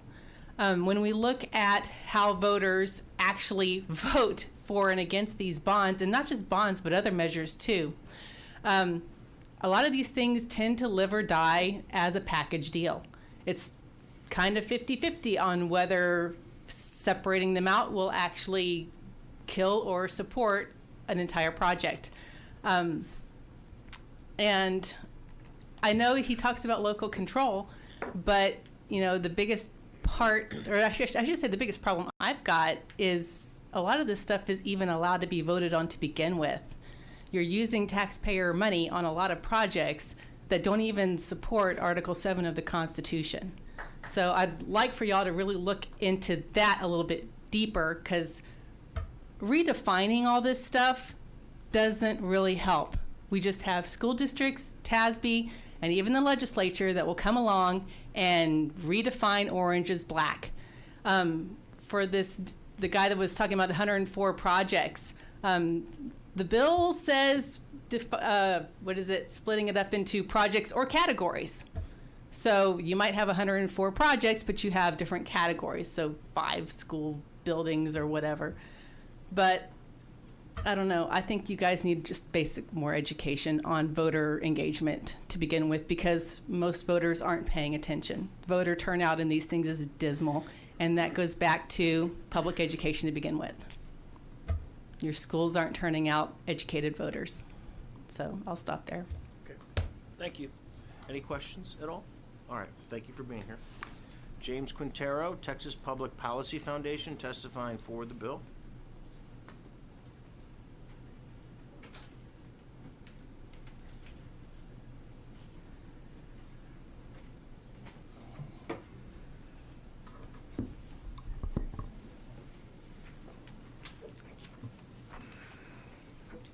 Mr. Chairman, members, James Quintero, Texas Public Policy Foundation. Thank you for the opportunity to speak to you today. I'm here to testify in support of HB 134. The reason why I believe this legislation is necessary is that the current system is opaque. And to illustrate that point, what I have here, what's being passed out to you, are 4 illustrations of ballot language that had been put in front of voters. Those voters were in McKinney ISD, Tomball ISD, Spring ISD, and Frisco ISD, and the language, as you'll see, is fairly consistent across the board, and in each case it hid a big ticket item, like a high school football stadium or a large piece of technology.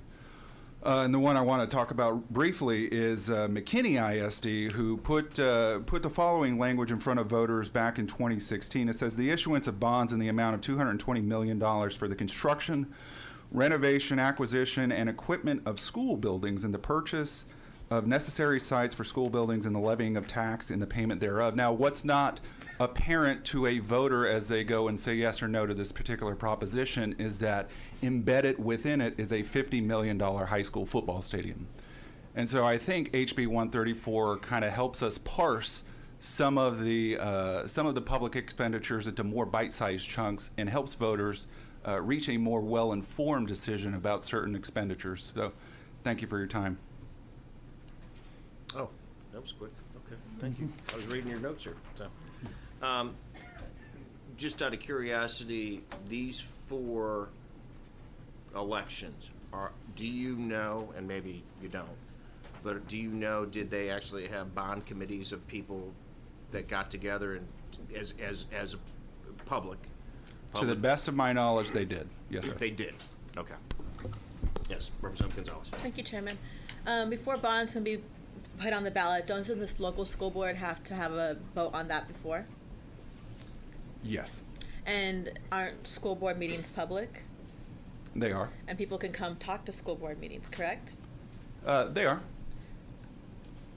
I guess they I just don't want there to be this theme that people can't be engaged. There are multiple levels of the committees. I was on a committee for my local bond, and then as well as school boards, and then again in elections, right? So for my bond in my district, it took 2 or 3 years, and there were multiple elections and multiple conversations and multiple opportunities for the community to get engaged. I just don't want to paint the picture. There isn't avenues for engagement for the public. And I think that's correct. I don't disagree that the process excludes anybody, but I think it certainly could use some improvement when it comes to greater government transparency. I don't hesitate in saying that some voters enter the voting booth without having as much information as they probably should have, and when they're presented with such a large amount to say yes or no to, I would want them to be in a better position, more well informed as to where they're going to take the community. All right. Mr. Vice Chair. Please. Thank you. I just wanted to ask a quick question about your definition of the problem, because the paper you just gave us was kind of talking about opaque language when it comes to bond elections and not enough transparency about what's in the bond. Mm-hmm. Do you see it as separate from the bill we're talking about, which is allowing us to break apart different projects and having voters kind of choose a la carte what they want to approve and what they don't want to approve? Yes, sir. So I do believe that transparency, I think HB 134 will advance transparency within the bond proposition language. Mm-hmm. I actually see this particular bill as one of several needed reforms when it comes to local government debt. But yes, I think by allowing greater specificity within the ballot language, voters will be more informed. You could do that without separating the different projects out on the ballot as separate measures, right? You could list them out and to encourage transparency under a single ballot measure.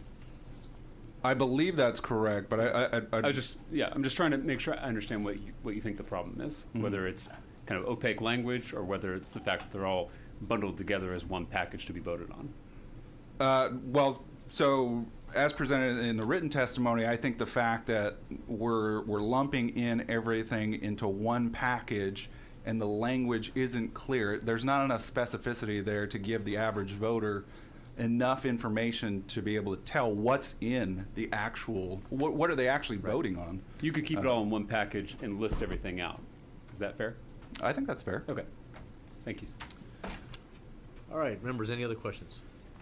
All right. Thank you very much. Next, we have Matt Long, who will be testifying for the bill.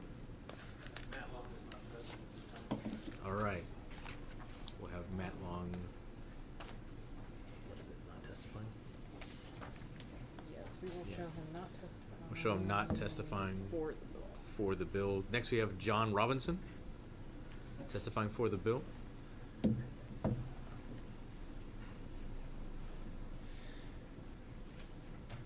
Mr. Robinson. Good afternoon, and thank you for having me here. My name is John Robinson. I am representing myself, and I am here to support Bill 134.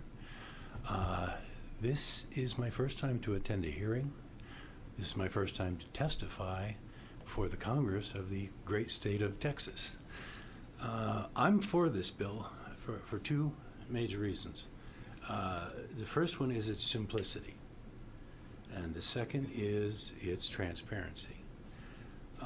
In simplicity, the bill and the summary of it are basically the same length.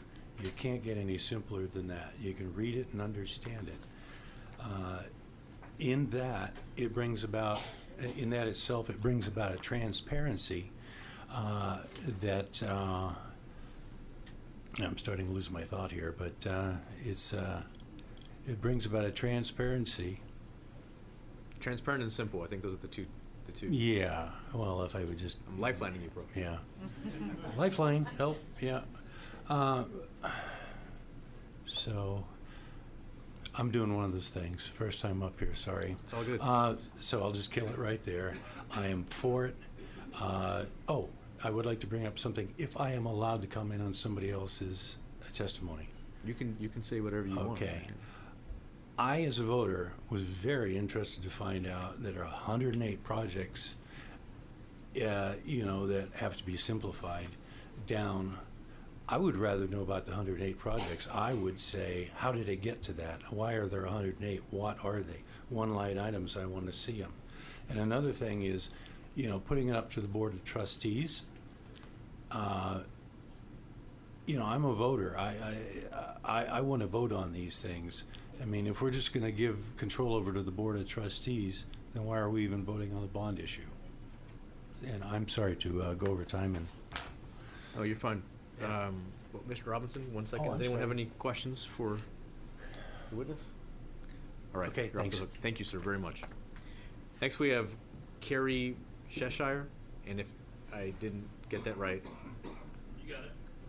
Please, testifying for the bill. And just so we can keep going, after you, there'll be James Dickey, who will be followed by, who's gone. After you, we'll have Stephen Bratton.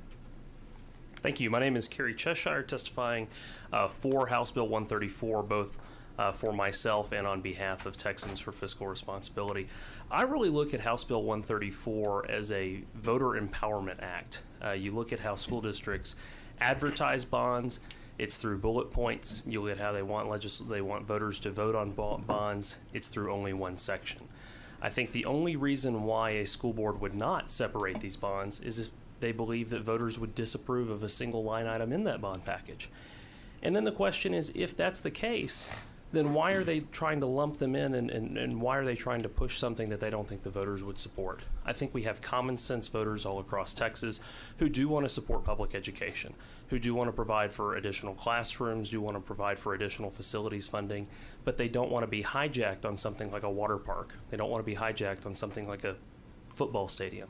And having something like this to really separate the issue allows them the opportunity to vote for a bond that they might feel like they have to vote against because of the additional things that they believe are perceived as waste. Or vice versa, you might have an individual who wants to vote against the bond for some issue, but they feel like they're compelled to vote for it because of some of the items that are included. I really want to thank State Representative Valerie Swanson for proposing this bill and Chairman Dan Huberty for scheduling this committee hearing on this. I think it's very positive that we're seeing right now in the Texas House. Literally all the bills here in this committee are just taken up sequentially, and that every member feels like they have a voice, and every citizen in Texas feels like they have a voice. So that concludes my testimony. I'm happy to yield for questions. Members, questions? Thank you for being here. Thank you. James Dickey, Republican Party of Texas, testifying for the bill. Mr. Chairman. Okay. We will let him, if he is in the building, still come back and talk to us. We're going to move on. Stephen Bratton, testifying for himself, testifying for the bill. Thank you, Chairman Huberty. Members, thank you for giving me your time. I'm testifying for this bill. I'm testifying as a pastor, a father who believes in teaching fiscal responsibility to his kids. I have 7 children, so I'm going to do this by way of illustration. If I go to the store to buy groceries for my 7 children, I have limited cash to use. If I walk in the store to buy vegetables, which according to HB 128, which we heard earlier I need to do more of, apparently, I buy vegetables for my kids, they also tell me suddenly that I need to buy oil, paper towels, and light bulbs. And according to testimony we just heard, 104 other items, which I do not need. I just need the vegetables. That doesn't seem right to me. I have to buy it if I want to buy the vegetables, which I need, but I don't need all the other items. That's bad stewardship. It's bad stewardship for me in spending my money. It's bad teaching for my children that I want to educate on how to use their money correctly. I want to exercise fiscal responsibility in being well informed about the use of taxpayer dollars. If all of these things are lumped together, we don't have the ability to teach fiscal responsibility project by project by project, which is what we should be doing. I also tend to be more conservative, which means I like to vote down bonds. I don't like paying extra taxes. I don't like giving extra money to places it doesn't need to go. And if you lump them all together, I guarantee you I'm voting no on every one of them, even if I need something in there, because I don't want to spend the extra money on all the silly projects that happen in the government. So I would highly recommend that you support this bill, that you put it through this committee and get it on the calendar so that we can vote it through and pass it here in the House. Thank you. All right. Thank you, Mr. Brown. Appreciate you being here. We do have a resource witness with the Elections Division, Christine. Well, it's on there, but she's not going to be testifying unless you want her. We've got next up Robin Lennon, Kingwood Tea Party, testifying for herself and for the bill.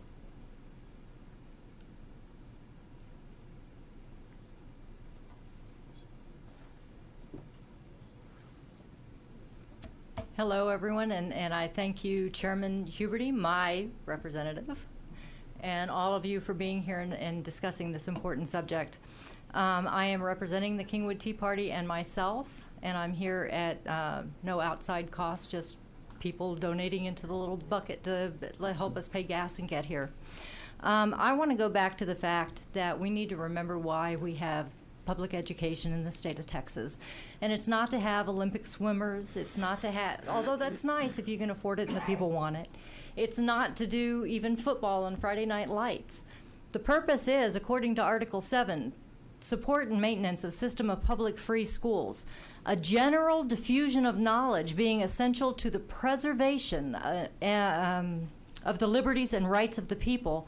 It shall be the duty of the legislature of the state to establish and make suitable provision for the support and maintenance of an efficient system of public free schools.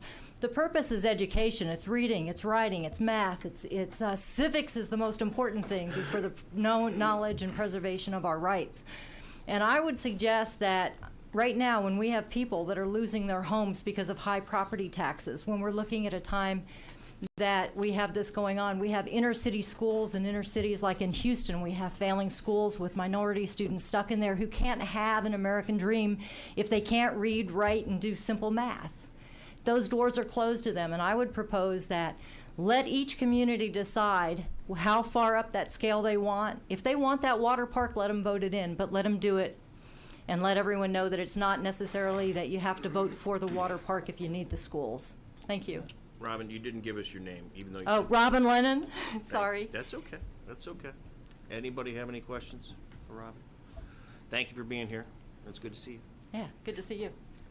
Gail Stannard, the SR. She is in the SREC, but testifying for herself. I'm not sure if you're testifying for the SREC or yourself, Gail, so you need to clarify that, and testifying for the bill. I don't have authority on this issue to testify on behalf of the Republican Party of Texas, but I do have a position as the State Republican Executive Committee woman.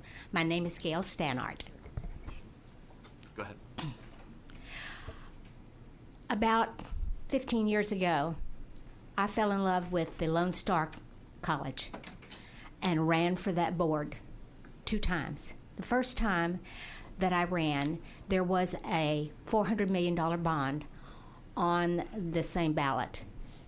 And I ran on a ticket against that for one reason. There was one thing in that bill. As much a fan as I wanted to be of everything that the Lone Star College was and is today, and the magnificent facilities, there was one thing that I did not want, and I ended up, because I thought it was important enough to make a statement, I voted against it. And I talked about it in my campaign. And I wanted to vote for everything else that was in that bond election.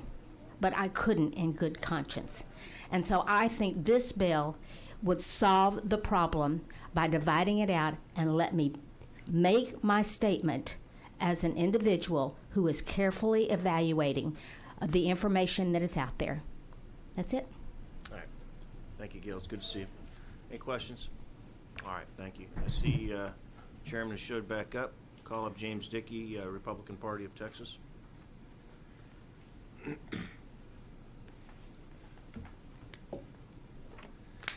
Thank you very much, Mr. Chairman, members. My name is James Dickey. I'm chairman of the Republican Party of Texas. I'm here to testify in favor of the bill. On behalf of the party, this bill gets at one of our core principles, which is transparency in government and ability of the voters to make clear their intentions and wishes, as should be in a republic. And we specifically have, as part of our platform, plank number 176, which directly supports this bill's purpose, stating specifically, we oppose the bundling of items on bond election ballots. And so by separating out items, this bill explicitly supports that. I ask you to vote in favor. Thank you, Mr. Chairman. Is there any questions for the chairman? All right. Thank you, sir. We appreciate you being here. Thank you. Is there anybody else wishing to testify on, for, or against House Bill 134? Seeing none, we will call on Representative Swanson to close on her bill.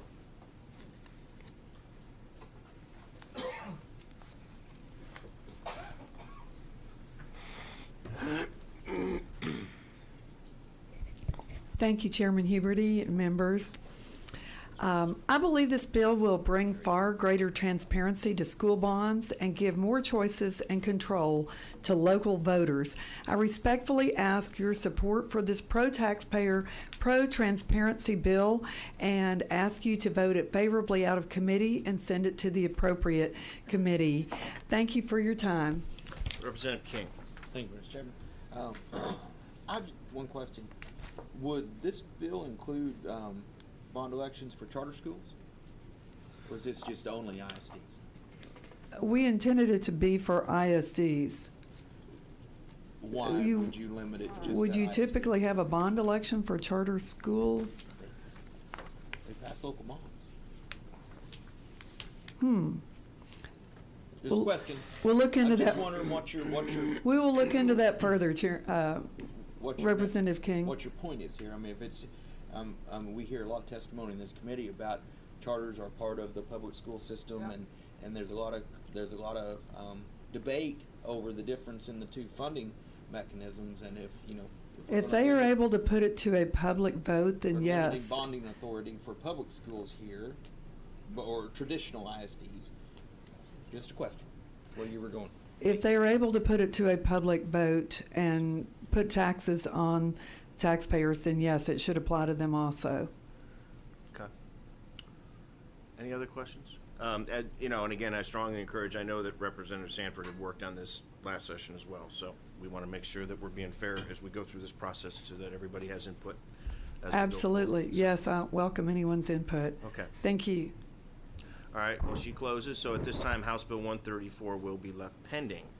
The chair lays out House Bill 111, offers up a committee substitute for measure. Is there any objection? The chair hears none. To order, the chair recognizes Representative González to explain the measure. You don't have to go down there, Mary. That's okay. I already did it. I wanted to get up. Thank you, Chairman. Thank you, Vice Chair Bernal, and thank you to the committee. I'm here to lay out House Bill, Committee Sub, House Bill 111. It's a very simple bill that would require existing child abuse training outlined in the Texas Education Code, must also include information on students with significant cognitive disabilities in educational and non-educational settings. We know that there are more kids that are being identified as special education. We also know that according to the Vera Institute of Justice, that students with intellectual and mental health disabilities appear to be more at risk. In fact, 4.6 times more at risk than their peers. Persons with disabilities are victimized at a much higher rate than those without disabilities, and because of that, we need the training to identify and prevent maltreatment and abuse of students with severe cognitive disabilities, and we should equip our schools with the necessary tools to help decrease the amount of child abuse and neglect that occurs in Texas. I'd like to point out to one change in the committee sub, and it's really a technical change just to make the bill legally sound from Ledge Council. And with that, Chairman, I open for questions and reserve the right to close. What exactly was the change?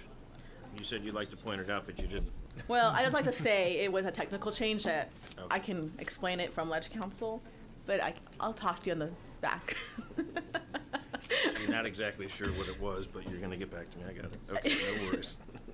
It's just we had to reenact a section of the code or something like that. Yeah, I got you. Okay. All right, fair enough. Thank you, Chairman. All right, we'll give you the right to close. Yes, sir.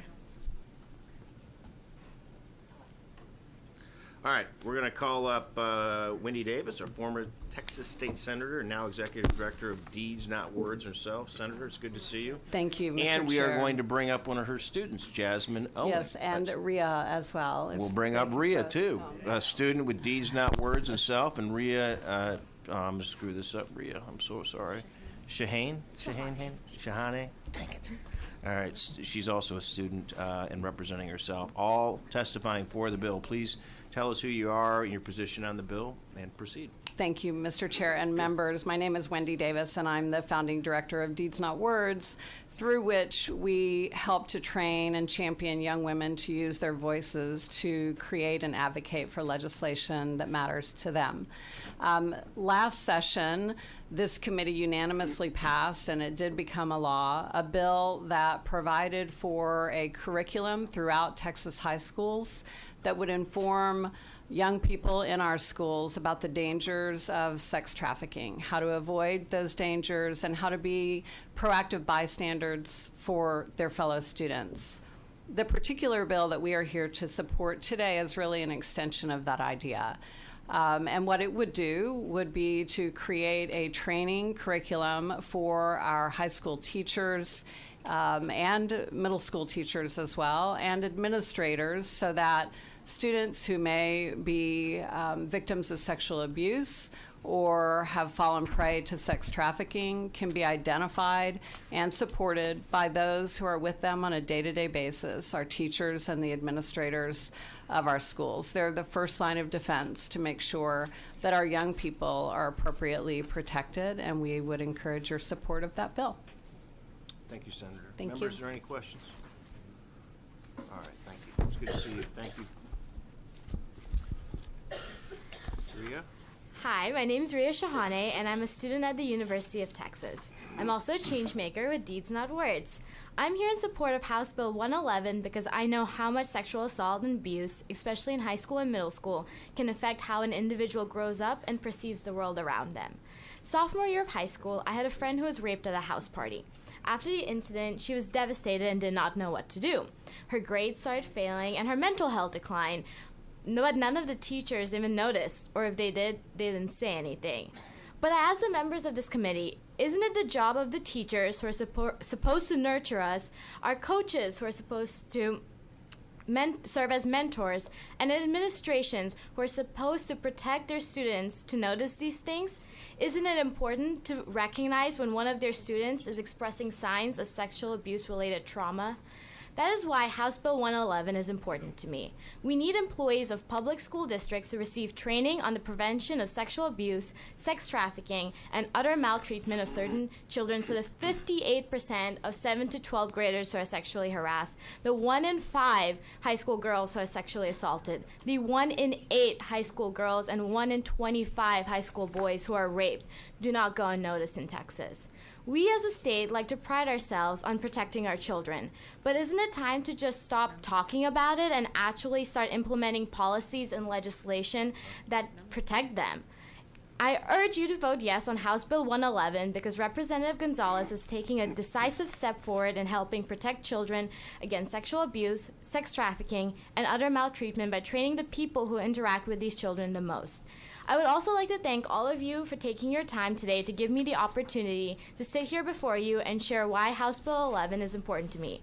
I know that through the hard work of individuals like yourselves, we can take a monumental step forward, ensuring that every child in the state is taken care of. Thank you. Thank you, Rhea. Good job. What are you studying in college?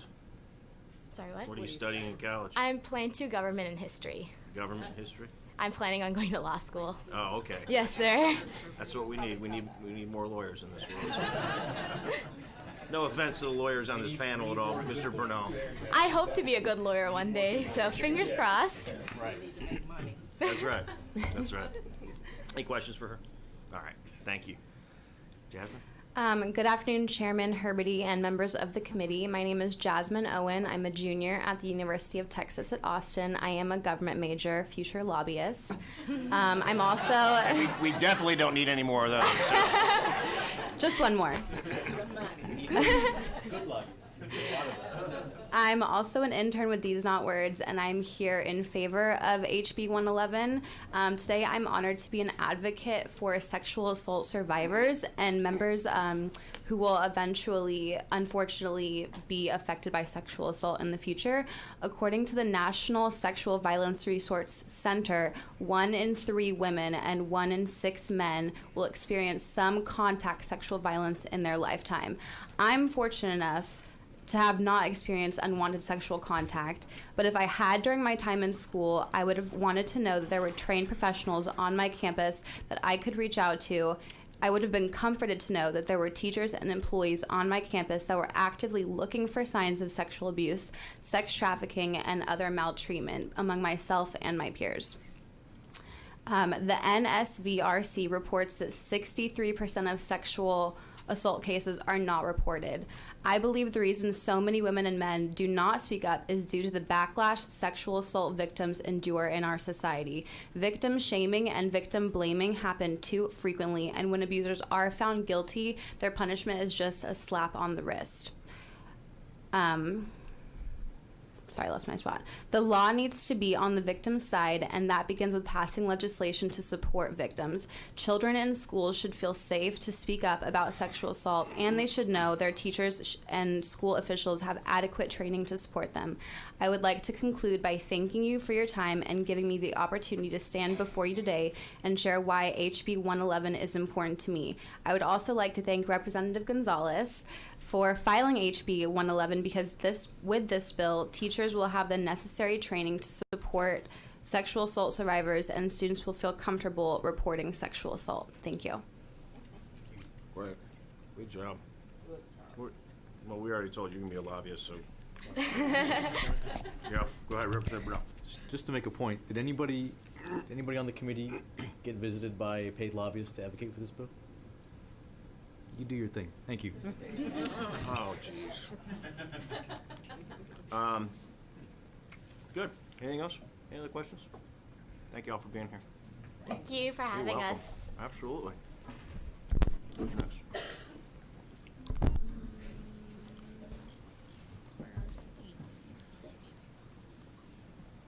Steve Alleman, Policy Specialist, Disability Rights, Texas. Testifying for the bill. It's right there.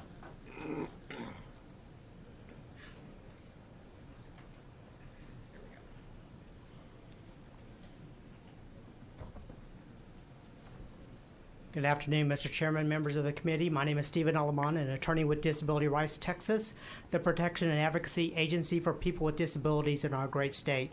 Obviously, we've just heard some very compelling testimony.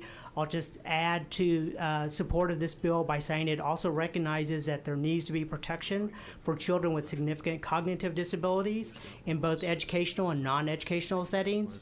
These children with significant cognitive disabilities are also a very vulnerable population, and anything that we can do to increase awareness and heighten training for staff that interact with them is welcome and is needed. Sadly, in this day and age, even this vulnerable population still is subject to attacks and other maltreatment. So this legislation is favored by Disability Rights Texas. Thank you. Thank you, Stephen. Appreciate you being here. Any questions? All right. Well, Deborah Fine Knapp, Belidia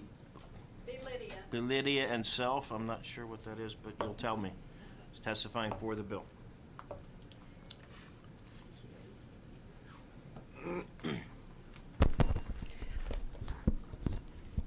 Good afternoon, and thank you, Mr. Chairman and members of the committee. My name is Deborah Fine Knapp. I am here on behalf of Belidia, a nonprofit organization whose main charge is prevention of child sex trafficking. This bill, as you know, is going to prepare our teachers. Why? Why do we need this bill? Studies have shown, most recently at the University of Texas, 300,000 of our children are lured into sex trafficking. 25% of that is in Texas. That is, if my math is correct, 205 children a day. And again, if my math is correct, that's about 2 children for each one of you during the time we have been here in this hearing. The target age is 11 to 14, but it can start as early as 3. Once they go into this life, less than 2% are rescued. Their lifespan, 7 years. It's critical that we get our teachers trained and that we save our children's lives. I thank you for the opportunity. I'm humbled and I am honored to be here before you. Thank you, ma'am. We appreciate you being here. Is there any questions? Okay. Thank you very much.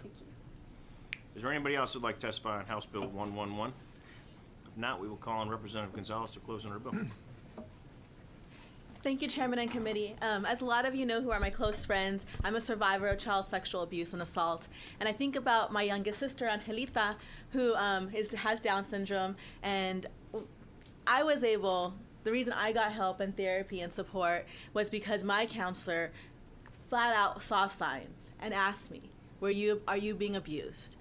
And thank God someone saw signs and someone interjected in my life, or I would not be here today.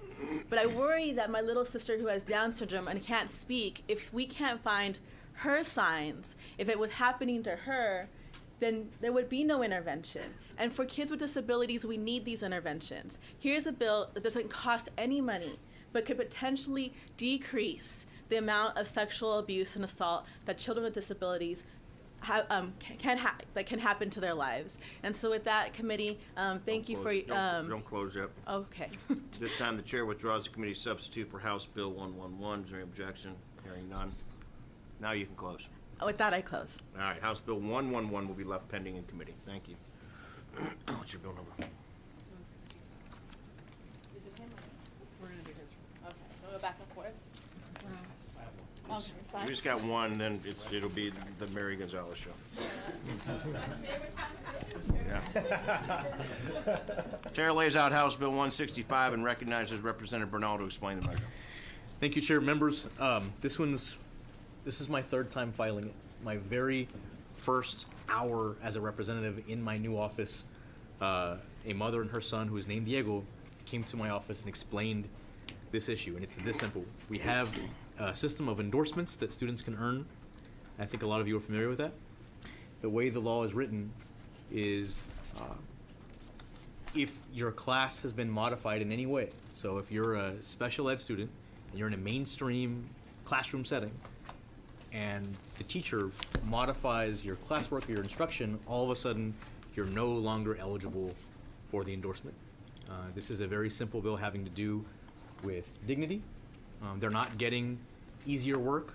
They're not getting different work. There might be a modification. For example, if you are taking an exam or you have an assignment and it's multiple choice and they change it to true or false, the work is the same, the expectations are the same.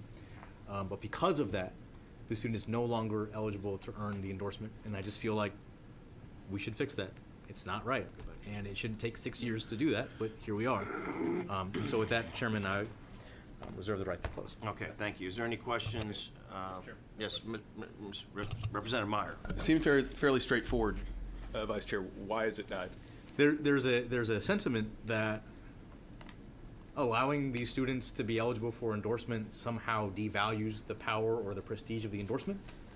I think that's I don't think it's a real fear. I don't think employers are confused as to who they're hiring, and I think that if our goal is to ensure that we treat students with fairness and dignity, and we want them to not feel isolated or set apart, we place them and encourage them and embrace them in a mainstream setting. We shouldn't find the 11th hour way to distinguish them from their peers and treat them differently, and not allow them to be eligible for all of the things their peers are eligible for.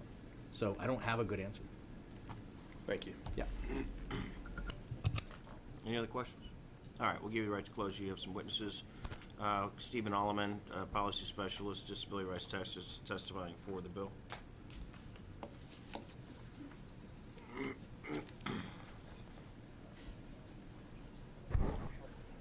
Thank you, Mr. Chairman, members of the committee. I'm Stephen Alleman, Disability Rights Texas. Just very briefly, when we moved to the new foundation diploma in this state, one of the concepts there was, of course, the addition of an quote endorsement to allow students with disabilities, or excuse me, all students to get a jump start on their academic studies in high school to prepare them for their life after school.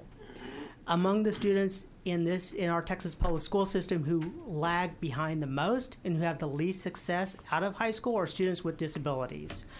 You heard from TEA just the last week in some background briefings about the poor performance of students with disabilities among many measures, including high school completion.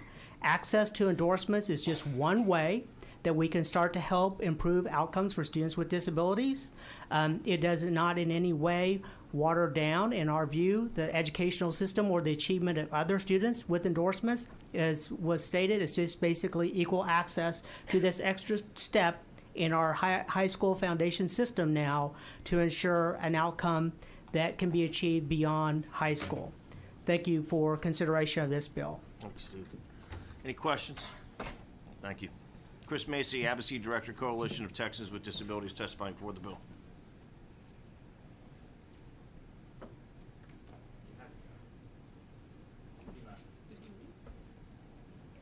Left? All right, going once, twice. We will show him for the bill, not testifying. Kyle Picole, the ARC of Texas, testifying for the bill. Kyle? Piccola.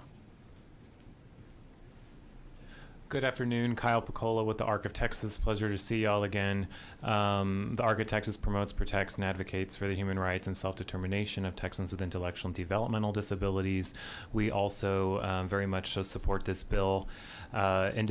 Students with disabilities should have access to these extra classes and credits that other students currently have access to, and it just shouldn't be taken away from them, even if they're going through the course. So we hope that you guys vote this through and that we can get this passed this year. Thank you for your time. Thank you, Kyle. Members, any question for Kyle? All right, thank you for being here. Christine McGuire, Director of Government Relations, TK, is testifying for the bill.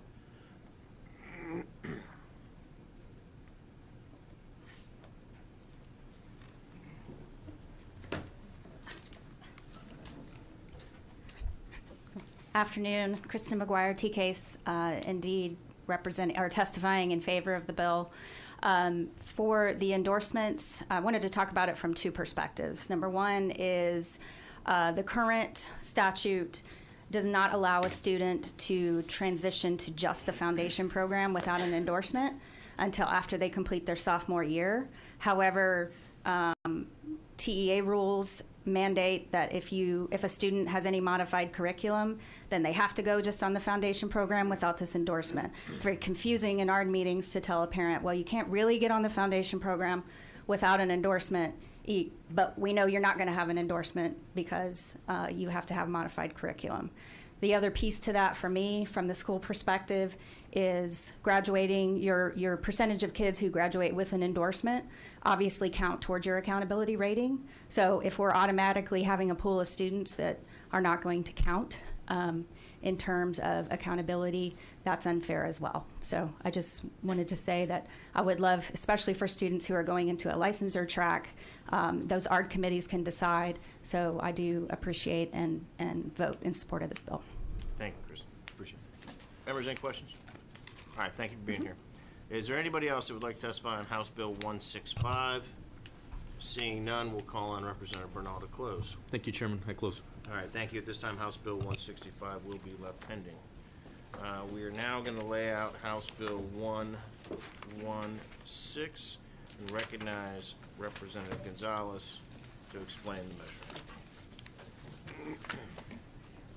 So I thought about getting y'all gifts because I know you're gonna have to listen to a lot of my bills, and I wanted to give you sustenance, but I forgot. So, you'll get gifts later. But I wanted to say thank you to the committee and thank you to the chairman for allowing me to lay out my bills. We'll go through this quickly. House Bill 116. House Bill 116 is a bill that changes the requirement for our educator certification programs, professional development, so they can integrate evidence-based, inclusive teaching practices that will serve all students. What we have seen in public ed recently is that we are encouraging the integration of our general ed population with our special ed population. As we do this work, or as we encourage less separation between these two different communities, we need to make sure that everybody has the skills, tools, and techniques to be able to serve all students, not just general education students. So through House Bill 116, teacher certification programs would require teachers to be knowledgeable about disabilities and how each can affect student learning and demonstrate competence in the use of inclusive and instructional practices that reduce barriers for students with disabilities. HB 116 would require educators' field experience to include instruction to diverse student populations that include students with disabilities to the greatest extent practical. This bill serves to change the ways we think about who we are preparing teachers to teach, which means all students, especially those students with disabilities. The national percentage of special ed students is 13%, or 3 students in every classroom of 22. With this bill, we will ensure that teachers are prepared to teach this population of students, many of whom are educated in general ed classroom settings. Research shows that by implementing inclusive instructional and behavioral practices optimizes learning not just for special ed students, but for all students, meaning that what they're going to learn in this teacher prep certification area is not just for special ed, can be used and applied for all students. Regrettably, there is currently no consistency in curriculum among educator preparation programs to ensure all teacher candidates can successfully implement these effective evidence-based instructional practices and techniques in the classroom. This bill aims to solve that. Thank you, Chairman, and I reserve the right to close. Are there any questions? Thank you very much. Any questions, members? Representative Meyer. Oh no, Morgan, come on. Sorry, quick question. Where do we get the standards from contained in the bill? So there are going to be some great people who are going to testify. Answer that question for me? Yeah, Thank we've been you. working with a lot of stakeholders. This bill, I filed it last session. It actually got through the process, the end crazy. But this bill has been worked about with a lot of Very good. stakeholders. Thank you. Thank you. All right. Thank you very much, Representative. We'll now begin public testimony on House Bill 116, and we're going to start with Jackie Benestante. She had to leave, so we'll show her not present, but for the bill. Then we'll go to Steve Aleman from Disability Rights, testifying for the bill, and you will be followed by Linda Litzinger.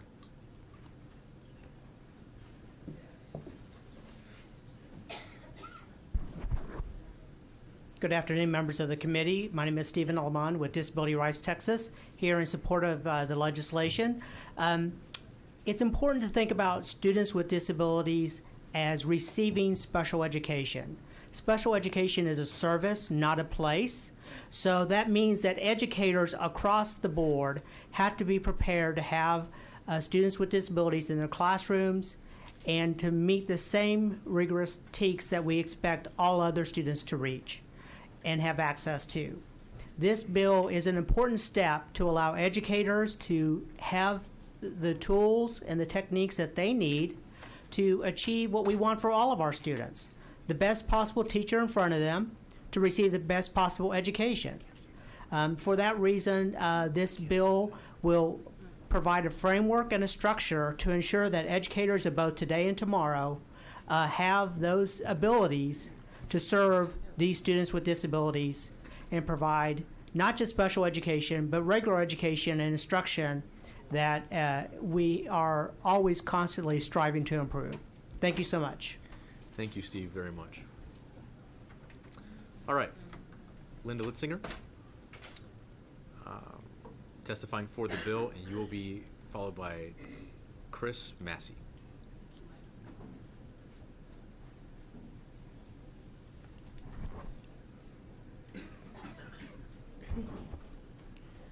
Hi. Thank you. Thank you, Chairman and Vice Chairman and members. I'm testifying for Texas Parent to Parent. We serve families across Texas with every type of disability. I'd just like to say that we can go back as far as 1975 to talk about giving children the education that they deserve and guaranteeing the least restrictive environment. And yet our colleges still have two separate majors. And 85% of our children are included in regular education, and yet the teachers are not getting what they need in order to handle that. So there are a couple of campuses in Texas that do it well and have written a white paper about it. But for the most part, it hasn't happened yet. And the rest of my testimony shows different children who are included. My relative had no use of her hands and was fully included in gifted, AP, IB, regular ed courses. If she would have graduated before the last bill we just heard, she might have been denied an endorsement. So anyway, that she had regular ed teachers, and the rest of the package are parents from across Texas who sent me their testimony, and they have children with autism, Down syndrome, blindness, and they're fully included. And their teachers need to be able to do what's best for making that education accessible. Do y'all have any questions? Thank you. Members, any questions? All right, thank you. Thank you. You good? I'm good. Okay. Chris, next you have Chris Massey. All right, now here we'll have them not testifying but for the bill, followed by Tiffany Williams, and you will be followed by Lisa Flores.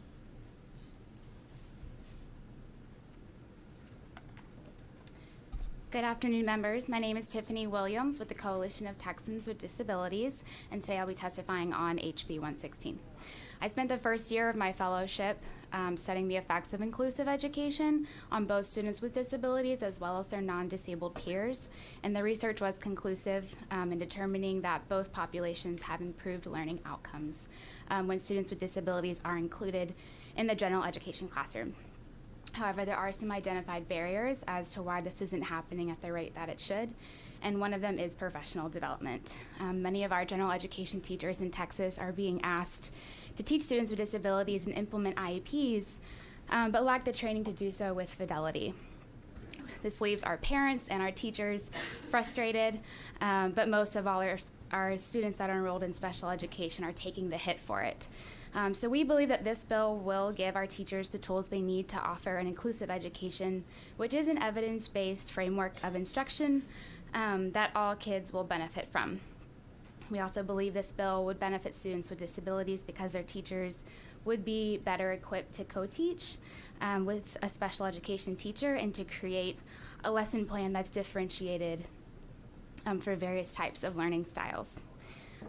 So we just think it's time now to empower our teachers to deliver special education services with fidelity, and that our students with disabilities deserve to be taught alongside their peers, and that the teachers deserve to be given the tools to do so. So thank you for your time today. Thank you very much. Members, any questions? All right, Thanks a lot. Thank you. Okay, Lisa Flores, and you will be followed by Leslie Alvarez.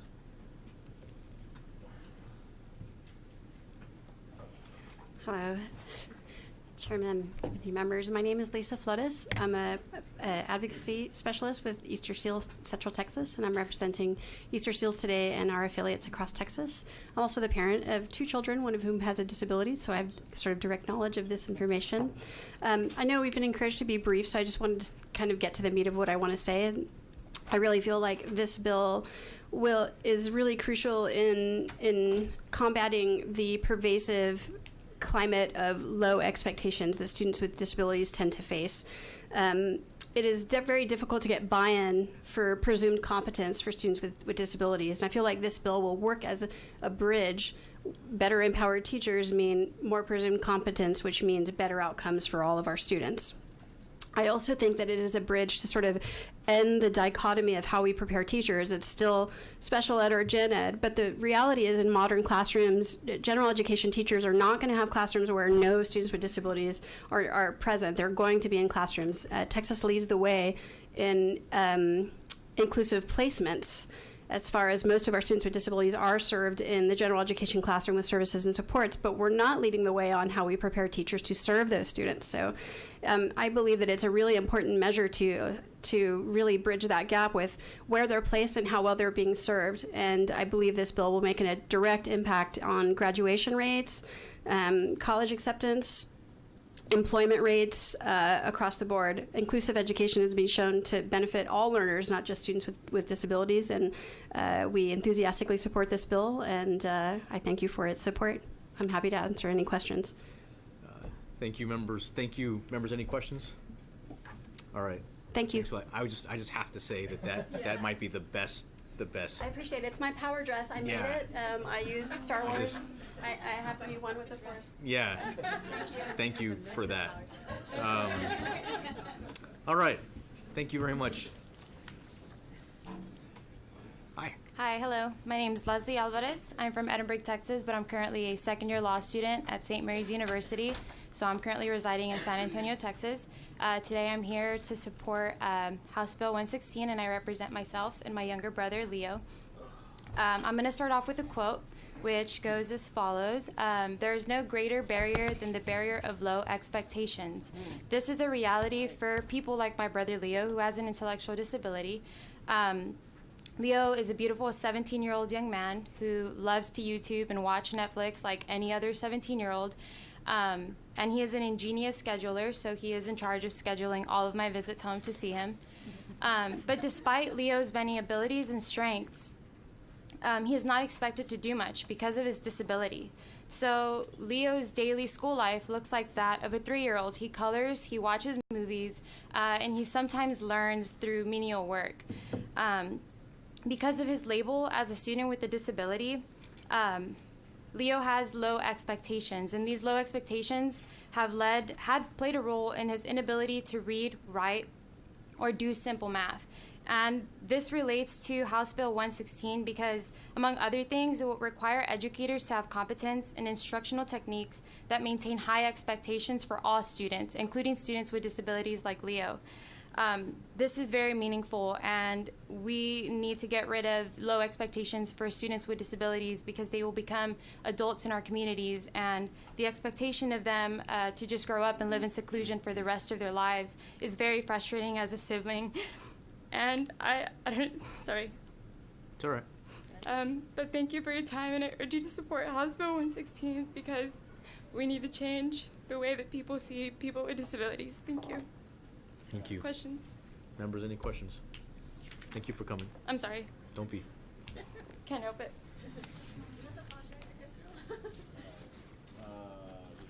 Christine Rojo, okay. TX SER Chief of Operations, Texas for Special Education Reform, and self-testifying for the bill.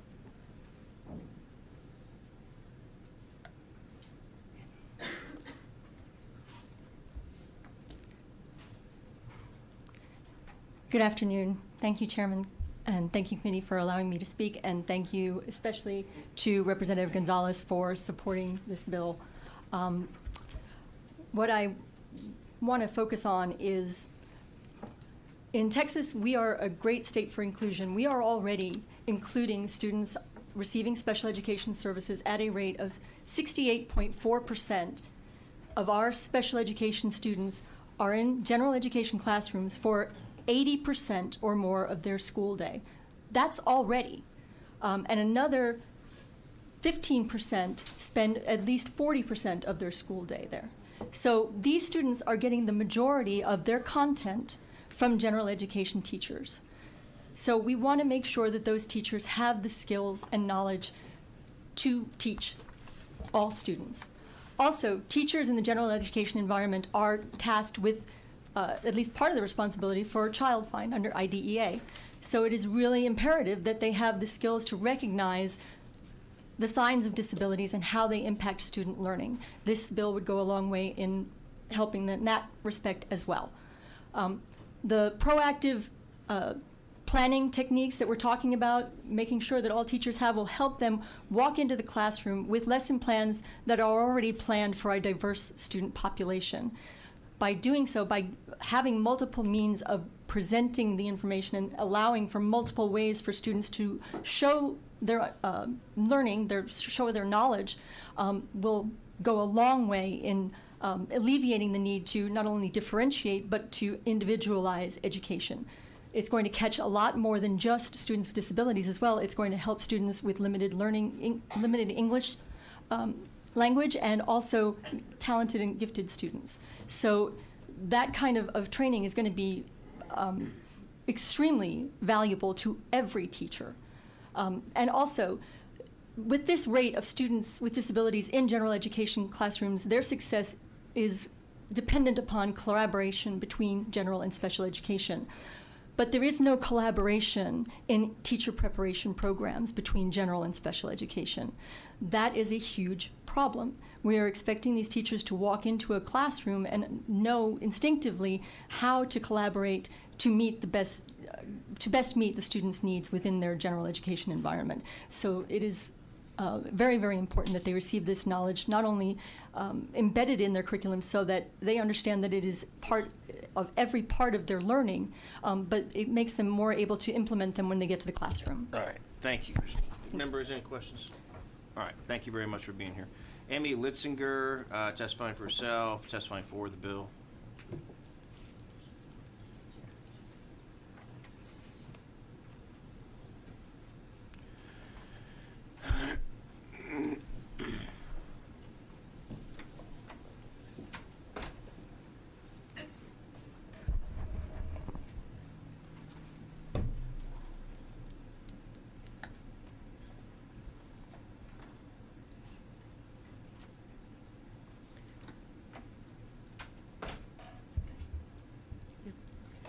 Hello, Chairman Huberty and Committee. Thank you for allowing me to speak today.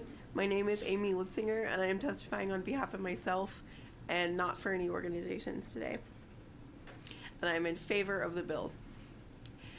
And the only thing that I want to do today is to give you an illustration. I want you to imagine that you are a teacher and you've been introduced to two students. One student has a disability. They have many things that they need from you. Maybe they use equipment. Maybe they need dictation help. Maybe they need help with transfers. Maybe they need help with many things that their peers aren't providing, and they can't do any physical activity for themselves. So maybe you're a little nervous because you don't have a lot of special education training. Then you hear about another student who is very, very smart, is in gifted and talented classes, is very involved in the school, volunteers, does many things in the community, and has been on honor roll multiple times. So you think you're going to meet with these two students today. Well, surprise, only one student shows up because that same file is for one student. And that gets very confusing for teachers when they only know how to address one piece of each student, because they don't have enough background to know that those two things can exist in the same person. And that was my experience. We used to say that my wheels belong in two camps. And it got very confusing. And the other thing that I want to mention is that a lot of times when my gifted and talented teachers or my advanced placement teachers would see that, they would get really confused and they would expect for my paraprofessional to support me in every area in ways that my teachers should have been equipped to support me. But a lot of the times, paraprofessionals don't have the content mastery for higher level classes. So I would actually have to depend on my peers to take notes and things. So those are the only two things that I wanted to address today. Thank you for your time. Thank I you, can Amy. answer questions. Thank you, Amy. It's always good to see you. Thank you for being here. Any questions, members? Okay. Thank you. All right. Thomas Hoffman, Chief Operating Officer, SIBME, CBME. I already said it once this week. I got it close enough. Thank you, Chairman. You got it perfect this time. It was great. Bill. My name is Thomas Hoffman. I am speaking on behalf of SIBME, and I am in favor of this bill. From my previous testimony, you already know that SIBME is focused on teacher preparation. House Bill 116 is a comprehensive enumeration of the skills teachers must possess to craft and deliver instruction for diverse student populations. I would like to focus on a single clause in line 11 of the bill, which reads, quote, "be able to do." I would ask the committee to consider the ways in which teacher preparation programs or school districts would demonstrate that teachers have the competencies to plan and deliver instruction for all children. For many teachers and teacher candidates, professional development is a passive learning experience. Whether it be through traditional lectures or passive observations of teachers in the field, teacher development experiences often fail to focus on many of the same pedagogical competencies enumerated in this bill.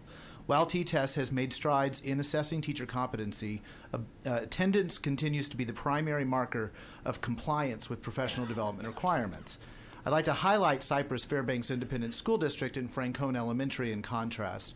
Cy-Fair realizes that in order to ensure high-impact skills development for all teachers, adult learning must be as rigorous and competency-based as student learning is in their district. As such, they have built differentiated, blended learning opportunities for teachers that focus on real instruction in real classrooms. SIBME and Cy-Fair both believe that teachers learn best when they learn from one another. That's why we collaborate to build networks of educators and leverage the expertise that already exists in the building. The results speak for themselves. As you can read in the materials provided to your offices, this proactive approach to teacher learning at Francone has led to teachers feeling more connected, teacher attrition declining by 92%, campus culture has improved, and student achievement has seen sustained double-digit gains year over year in all student populations. The competencies listed in House Bill 116 are an excellent list of skills, but lectures and workshops will not help teachers develop these skills, and tracking attendance will not demonstrate mastery. Evidence-based, continuous, job-embedded, and collaborative learning experiences are the only way that teachers will develop the skills needed to teach all students. And I'll take your questions if you have Thank you, Mr. Hoffman. Members' questions? Thank you. You're getting so close to being right at time. So you just work by next meetings, you'll be better, right? Kyle Piccola, the ARC of Texas, testifying for the bill.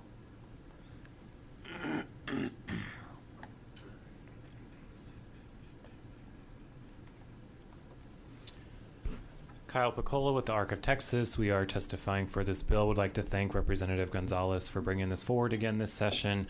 I would just repeat so much of what was already said.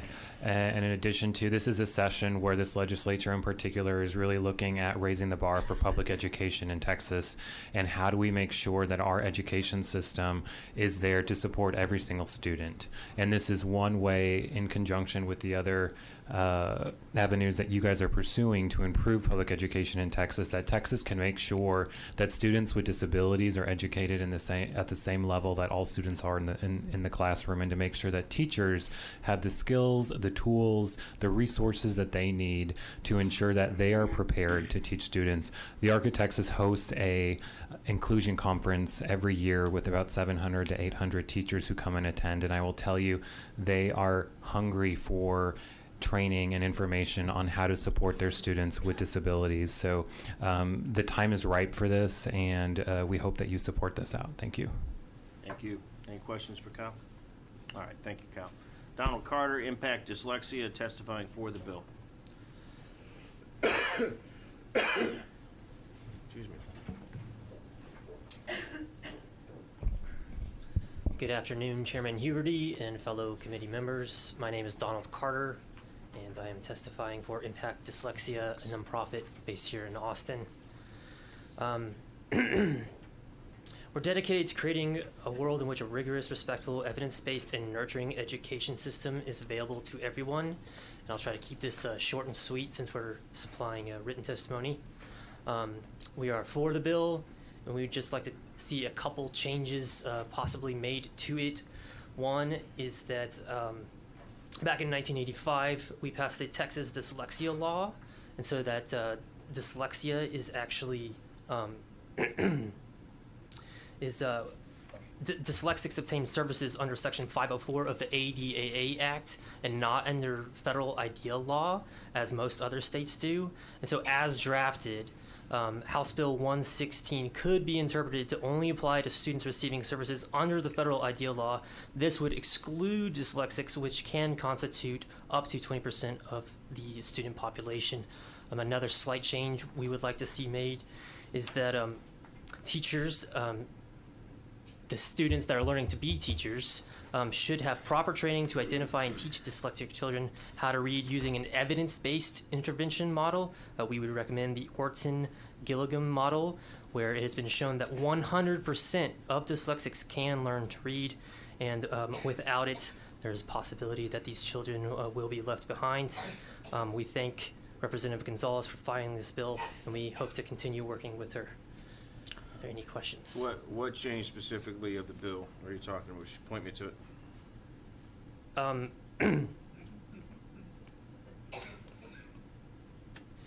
You get back to me if you don't know. Sure. I could point it out exactly. I'm sure you got 4 other people from Impact Dyslexia that come to talk. Yeah, we do. One of them is going to know the answer to my question. I'm staring at the one right now, but maybe she won't. If you don't know it, that's okay. I just want to know what section of the bill you're specifically talking about. Well, it has to do with the federal IDEA law, how it's written. It could just, because dyslexics are not served under the same part of the bill that's directly, explicitly laid out, somewhere, then it could just be ignored, and that's what we're seeing today. Okay. All right, that's fine. Okay, thank you. Thank you. All right, Shannon Maroney, get on down here. Or unless you want to wait. Actually, can I let her go next? Yeah. Who, Serenity? Yes. Yeah, Serenity Owens, Executive Director, Impact Dyslexia. We have you twice in here, so you must have registered twice for some reason. So we have you for yourself and also for Director of Government Relations for Impact Dyslexia. Is that right? Testifying right. for the bill. Okay. Testifying for the bill. Come on. Good afternoon. I'm Serenity Owens. I'm Executive Director of Impact Dyslexia. Thank you for your service. So I'll just answer the specific question that you asked, which was that we encourage adding reference to the Texas dyslexia law in addition to everywhere IDEA is referenced, so that we include any student who might be caught under either of those specific legislations. We'd like to add the addition of academic language therapy to the list of evidence-based inclusive teaching strategies. We'd like to add including dyslexia to all statements in the bill that currently read students with disabilities. And then we actually recognized one of our own errors in my notes, but adding authority for the TEA to monitor the education preparation programs to enforce this particular legislation. Okay. So if I'm reading, like on page 5, it says achievement, including improvement and achievement of all students, including students with disabilities. You want to add dyslexia on top of that? Yes, please. I'm sure Representative González is taking good notes right now. It's throughout the bill. I see it. Okay. Okay. Any other questions for me?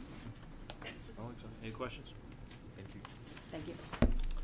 Shannon Maroney, Impact Dyslexia, and herself testifying for the bill.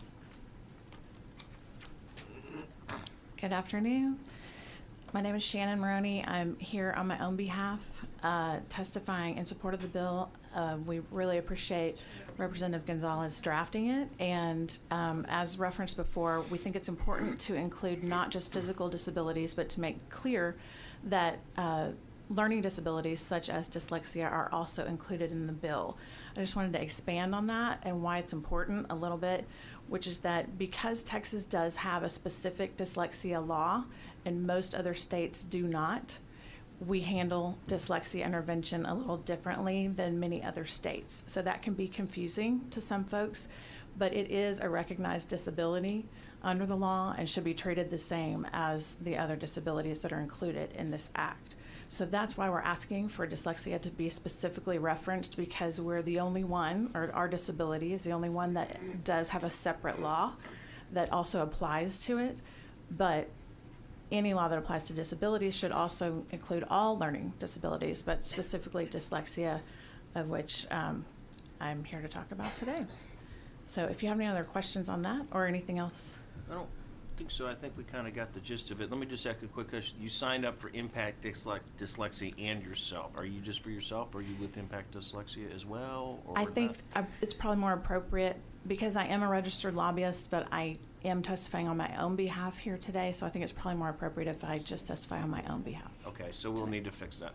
Right. So we want to make sure we don't screw our bill up. So we'll deal with that probably now. Yeah. And we did provide suggested changes to the bill author's office, and we're happy to work with her on this. Okay, fantastic. Thank you. Thank you. All right, Kristen McGuire, Director of Government Relations with TK, is testifying for the bill.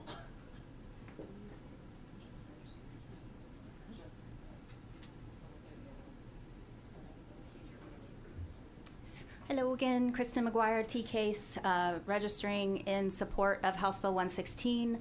I echo a lot of the sentiments and statements from earlier. I do want to add in, of course, even if you take the term disabilities out of this bill, it's good teaching and practices for all students. So there's a lot of references in this bill that talk about instruction and evidence-based practices for all students, including students with disabilities. So I just want to make that clear that it's not, specifically a, disability-specific bill. It's just good teaching practices, and I think if we can align that with our ed prep programs, that would be fantastic. As Kyle mentioned, I'll just say, teachers are hungry for training, and as much as we can provide that in our ed prep programs, the better. Okay, great. Questions? Okay, thank you very much. Is there anybody else wish to testify on, for, or against House Bill 116? Seeing none, we'll call up Representative González to close on it. We heard great testimonies. Unless there's questions, I close. Yes. All right, And we'll make the changes, Chairman. Okay, at this time, House Bill 116 will be left pending. At this time, the chair lays out House Bill 108 and calls on Representative González to explain her bill. Thank you, Chairman. Thank you, committee. We heard last week that there are questions and concerns about our state's assessment system and state's assessment and accountability system. What HB 108 does is try to prepare us for the next step of the conversation. I am proposing a pilot digital portfolio method of accountability for grades 3 through 8, which would reduce the weight of STAR and replace it with a broad and holistic assessment. HB 108 would allow school districts to apply to participate in the pilot with TEA overseeing the selection process. Selected school districts would be required to establish an inclusive committee to develop a 3-year plan for implementing their digital portfolio assessment method. HB 108 would require TEA to develop a standardized rubric for grading portfolios for purposes of accountability accountability and promotion. A student's performance under the portfolio assessment method would be considered 50% of the student's overall performance. At the end of 3 years, TA would evaluate the pilot program and provide recommendations to the legislature.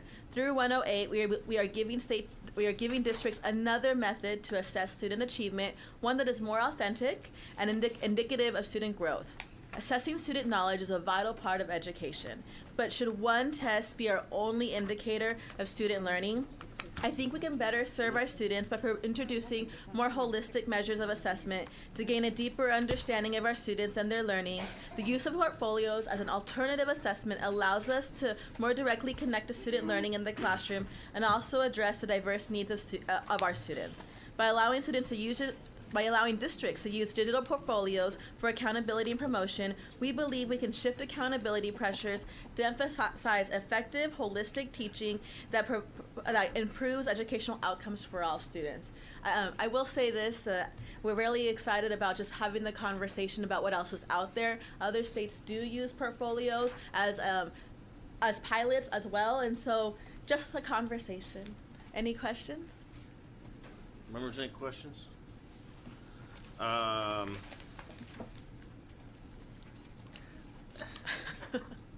You don't have any questions, you're great. No. No. Well, first of all, I looked at your fiscal note. How are you going to pay for it? So that's a great question. I had a meeting. So we did this bill last session. The fiscal note was a lot lower. We made some changes, and so we're going to go back and make some changes. We're working with LBB to really bring down the fiscal note to what it was last session, which wasn't as high. Okay, but you didn't answer my question. How are you going to pay for it? Do you have it appropriated, or do you? I have a writer. You have a writer? Yes, sir.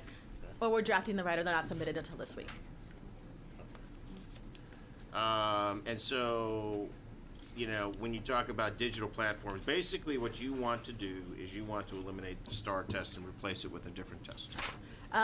No, what I want to do is have a pilot program that allows us to explore if this is a possibility for a state as big and wide as Texas. And so our federal partners allow us to do that. A, other states are already doing portfolio assessments. B, and if we have questions about the STAR test, I'm not saying this is the answer, but why don't we test some things that could be the answer? And that's what I'm trying to do with this piece of legislation. For example, like what? For example, like what? Testing what? Oh, no, I'm just saying, I don't say that testing is the only, I'm saying that for our assessment requirement from the federal partners, there's other ways to do this, and this is a way, and I want to test if this way works for our schools, our school districts, and our measures of accountability. Okay, so I guess let me ask the question differently. Yes, sir. Is the intention of this to have more, I guess I'm trying to understand what you want to do. I mean, because you didn't, give us. Yeah. So what I want to do is I feel yes, last week you kept on asking people who were concerned about the STAR test. So not the STAR test, then what, right? And so if we're gonna do a then what, we need to start testing what that could potentially be. Maybe we keep the STAR test. Maybe we have the STAR test and portfolios in different grades. Maybe it just looks different. All I'm saying is that I'm trying to answer your then what question, but before I answer it and say this is the answer, I would like to test it so we know if it works. I don't know about everybody else, but maybe I'm just not paying attention very well, but I got to ask. So, what is a digital portfolio? I just don't. I'm trying to just help. Give me what it is. So it's like a portfolio, but we are allowing it to be digitalized. So basically, it is a holistic review of what a student could bring to the table. It could be for seniors. It could include resumes, and it can include papers. It can include art projects. It can include a variety of things along the rubric to say I am accomplishing X, Y, Z. And so what I would love for you to do is. Some schools are already doing this. We have some educators here who do use portfolios who can talk about this method for assessment, and so I would love for you to hear from them firsthand their experience. Okay, that's fine. Thank you, Chairman. Thanks. Any other questions? All right. Nancy Tover testifying for herself, testifying for the bill. Nancy Tover. Hello, Nancy. Tovar? Yes. Okay. Don't be offended if I don't get it right. It's okay. I got reading problems. Go ahead. Good afternoon, Chairman Huberty and members of the committee. I thank you very much for this opportunity. My name is Nancy Tovar, and I'm a lifelong El Pasoan. I am a career educator, and I am a member of and past president of the Texas Elementary Principals and Supervisors Association. I'm here on my behalf to talk to you about House Bill 108 and to tell you that I have a love-hate relationship with the STAR test. Right now, it's a lot of hate, and the love is more like. The reasons that there's the hate part has a lot to do with information that you all read about daily, and people come to you, parents and students and teachers come to you. The like part that I have is the fact that we have data. STAR gives us data. The issue with that data is that it comes from one day, a single assessment. It's a summative assessment. And as educators and as a principal, I'm in favor of formative assessment. And so I like the idea of an option to explore. So it's a pilot. The option to explore the information that we're already collecting. So our teachers are in my school district and many school districts across the state. We're using through our teacher T-test, the teacher evaluation system, we're collecting evidence for student learning objectives.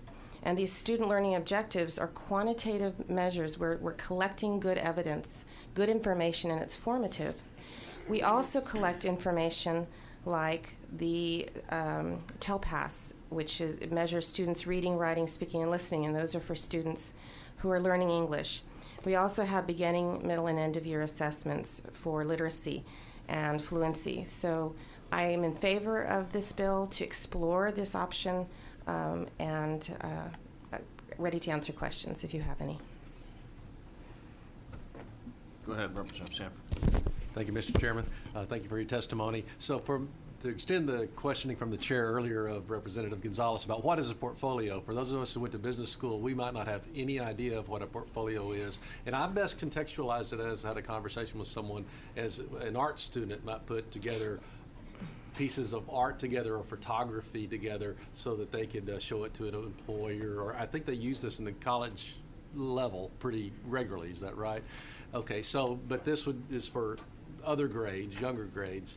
And so my question then is, at the college level, clearly the student puts the portfolio together. For what we're talking about, who puts this portfolio together? Is it the teacher, or is it the teacher student, would, or is it a conglomeration of periodic assessments? I think that the teachers would be very instrumental, especially at the younger grades. And like I said, teachers are already collecting this type of data. We collect beginning of the year and middle of the year and end of the year reading fluency, reading comprehension data. So we're already doing this. For our school district, the T-test student learning objectives is new, and this is housed digitally, electronically, through there's various vendors that provide these kinds of online applications where teachers are going through providing assessments and entering that information. I also think, though, as students get older and in the older grades, goal setting for students becomes more and more important. I think we want students to be responsible for their learning. We want students to be knowledgeable about kind of those benchmarks that they're expecting to hit, and also the growth that's expected over a period of time from the beginning of the year to the end of the year. So as I imagine this, and again, I think that it will require some exploration as far as, and other states are doing it, so the models are already out there. But I do know that it's going to be teachers doing this, but I think teachers recognize the importance of the formative assessment as opposed to a single summative assessment. And assessment is part of what we do. I don't think any educator is saying we don't want assessment, we don't want accountability. We need accountability. It improves what we do, it improves outcomes for students.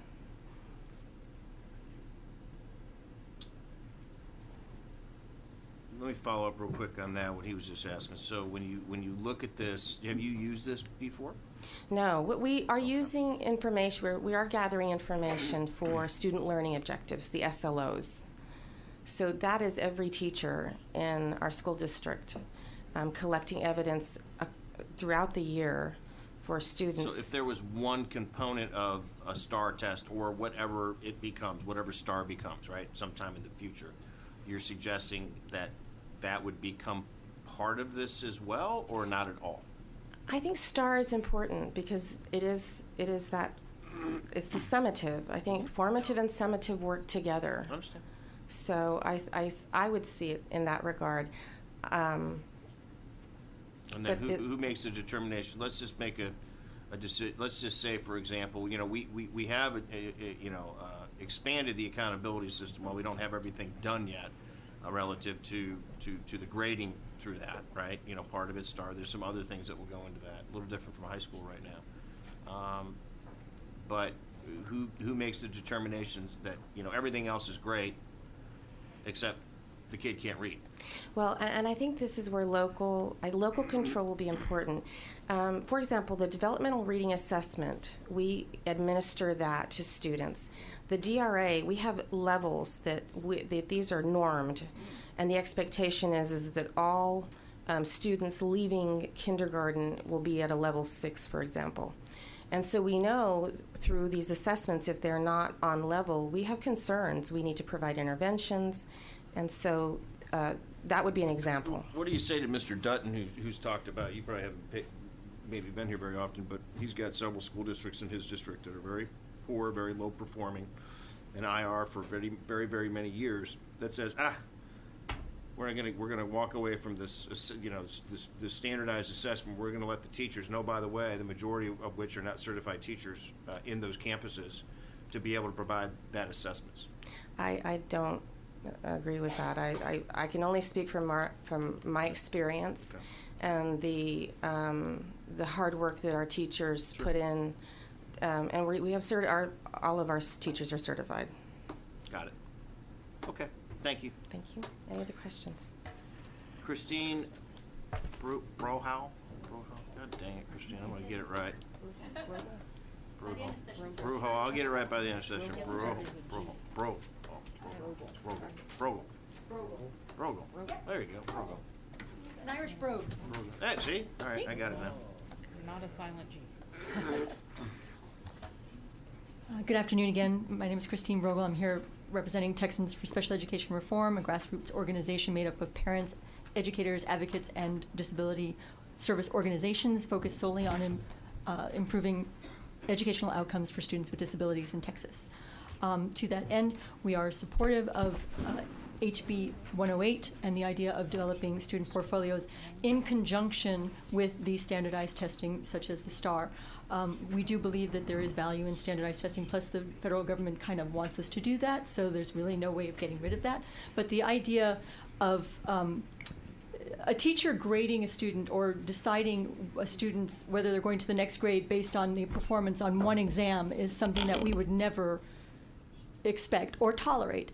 But that is what is kind of being done with the STAR test. It is such the focus of accountability. It is every aspect except for graduation rates of how schools and districts are graded, and students passing from certain grade to certain grade is also dependent on them passing one single exam on one particular day. Not all students learn the same way. At the same token, not all students are able to show what they know in the same way. And so giving them an opportunity to show their knowledge in whatever way best suits them, whether it be a recording of an oral presentation or an uploaded photograph of a project that they've completed, or there are lots of different ways they can do a dramatic presentation, or they can, whatever their strengths are, it gives them an ability to show whatever particular objective their teacher has assigned them, how they've mastered it. And that will give us a much more holistic look at how this student is achieving as a whole. It also can be used by our committees to determine how much progress is being made as they look at the portfolio as it develops throughout the year. As far as earlier questions about who puts the portfolio together, it is my understanding from what I've read about portfolio programs, it is more collaborative, and as the students get older, they take on more of that responsibility themselves, picking out which work best shows their knowledge or their abilities. But at first it would have to be collaborative where they decide together and upload it. So it has to be able to upload different types of media so that you can put it in different formats. Okay. All right. Thank you. Thank you. Any questions? All right. Brianna Hodges, herself, educator testifying for the bill. Hello. Okay, I am Brianna Hodges. I'm the Director of Instructional Design at Eanes ISD. I'm also the National Advisor for Future Ready Schools, as well as the National Advisor for Digital Promise. Let me stop you though. Are you testifying for all those Nope, groups? Or just only on myself. Nope. You just wanted to tell us. No, I'm going to give you the next sentence of that. Go So for it. I'm also, the reason why I say that is not because I'm here for them, but because it gives me a very unique perspective, both as a national person speaking directly into digital portfolios, as well as a person who administered the STAR as a former English teacher for an 8th grade, where if you don't pass, you don't move on, in theory, right? As well as a mom, as well as a district administrator within our state of Texas. So that said, I am pleased to support HB 108 simply because, before I get too far into this, if I were to ask you guys what you got on your SAT, what would that look like? If I were to ask you what you got on your 3rd grade reading assessment, what would that look like? Right? We've heard testimony. I've been here since we started this morning over and over about special education processes and all these different things, and how each one of us in education right now are really kind of, every person is looked at as a student, as a learner who's able to process that and look at that through a different lens. So I say all of that because we are at a breaking point in education right now over standardized assessments. We're looking at them right now as the ultimate litmus for a child's potential, as opposed to allowing school to be a process where we're actually learning instead of just determining whether or not somebody knows it and then moving on. There's little dispute for systemic change, yet we're demanding change in our classrooms, yet we're refusing to change the assessments.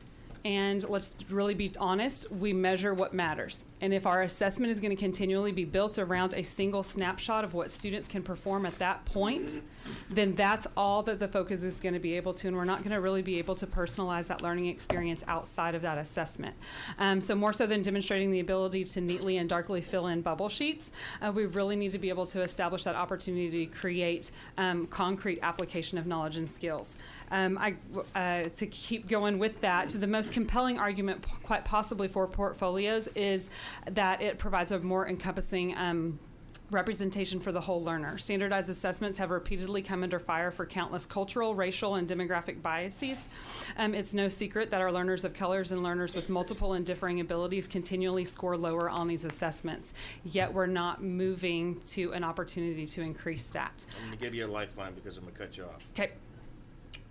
I read your, briefly, you got this is an opinion piece, I guess, or whatever about it, but just define for us, if you can, in 30 seconds or less, what does a portfolio look like, and then who's responsible for judging that? Because we have a responsibility to measure results. Absolutely. Does it include standardized tests? Does it not? Help us understand that. So very quickly, there are 2 types of portfolios. There's basically a showcase portfolio, and then there's a growth portfolio. This specifically, it would be that this is a growth portfolio.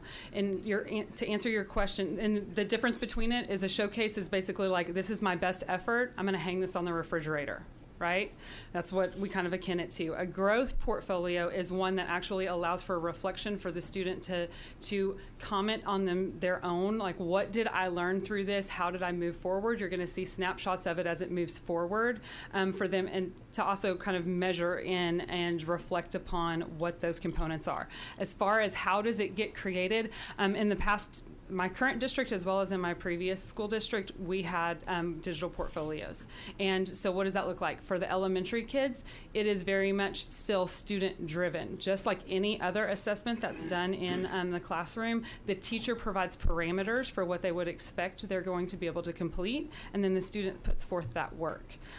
Same thing as a secondary level, and that's the same thing that we would hope for out of, in this situation, I would assume, is that we're going to outline what that rubric is. It's going to be created through the processes of that district to be able to identify what those pieces are in concurrence with TEA.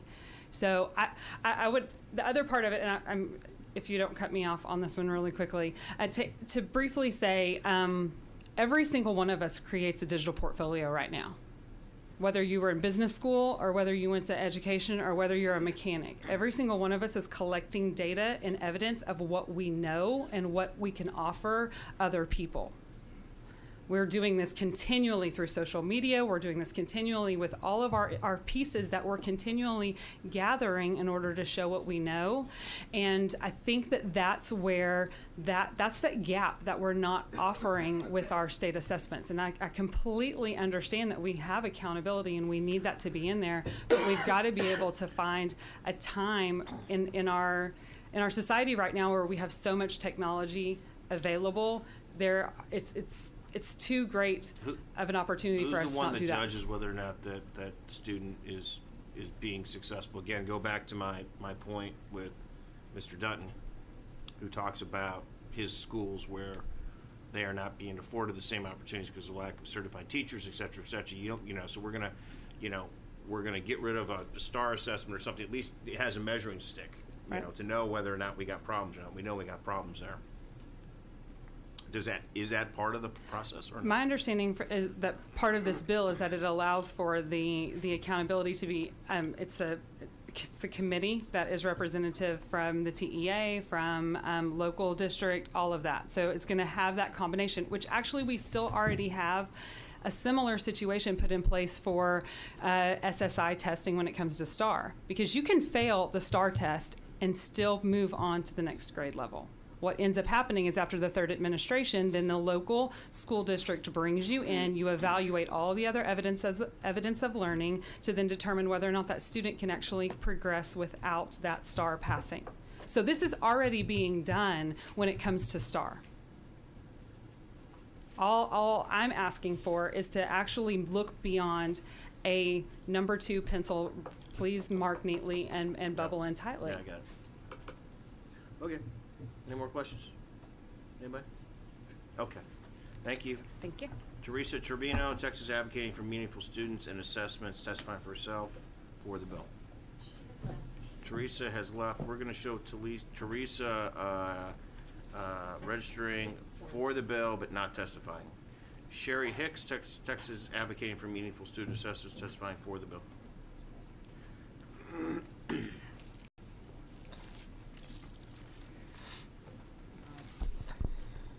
Good afternoon, committee. Thank you, Mr. Chairman, for allowing us this opportunity. I will make this very brief because it is getting late. TAMSA, I'm Sherry Hicks, and I am with the Texans Advocating for Meaningful Student Assessments. We are a grassroots organization of parents and community members who are looking for solid, meaningful assessments for our students. And so we do support this bill. We want to support House Bill 108 to bring these portfolios down into grades 3 through 8. We know these are already being done in the state of Texas. They're also being done elsewhere.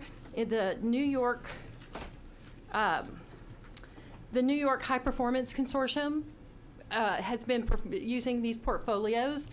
And what we are seeing out of there are, they use it at the high school level, and what we're seeing out of there are trending that students with educational disadvantages have better access to post-secondary education when they're combined with this portfolio system.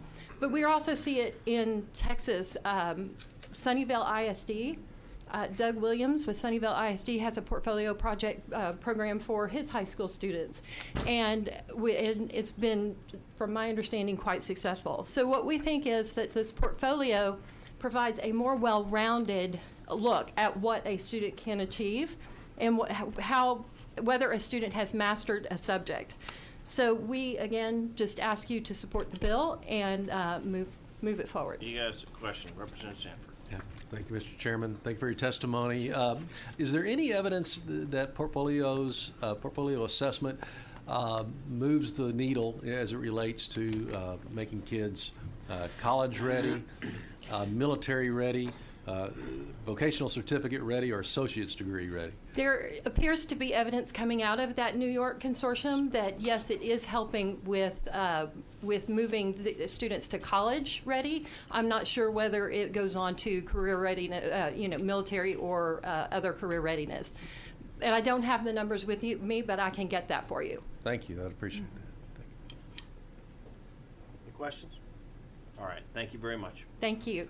Does anybody else wish to testify on, for, or against House Bill 108? If not, we'll call on Representative González to close on her measures. Thank you, Chairman. Just really quickly, they still would have to take the STAR test, so it wouldn't completely disappear in the pilot program. B, we're going to be making a lot of changes to the bill, A, because of the fiscal note, and B, because there are some technicalities to it. And C, I have all those numbers for you. And D, we did get this plan originally kind of inspired by the New York High Standards Consortium. And so we will be able to provide the committee with some background information. And again, this might not be the answer, but when we hear time and time again from across the state that STAR test, question mark, what's next, question mark, shouldn't we start looking at what could potentially be there? And that's what we're just trying to do, is continue the conversation about what's next. And with that, I close. Okay, thank you. At this time, House Bill 108 will be left pending. At this time, Chair lays out House Bill 55 and calls on Representative González to explain her bill. I'm almost done, Chairman. I know. Let's move quickly. Yes, sir. Thank you, Chairman and the committee. I'm here to lay out House Bill 55. House Bill 55 seeks to improve the quality of pre-K statewide through class size and student-to-teacher ratios.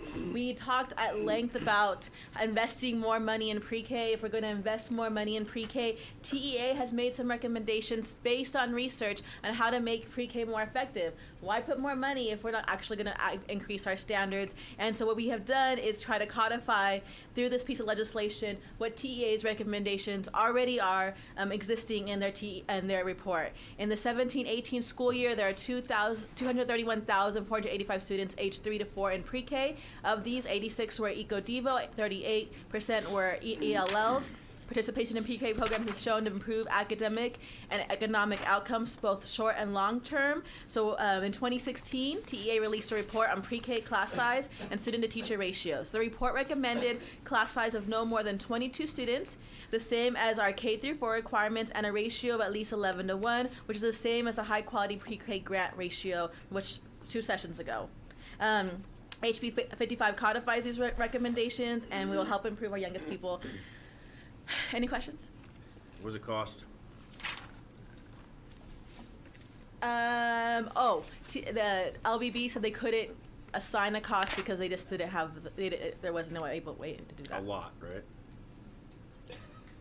I'm smiling. Yeah.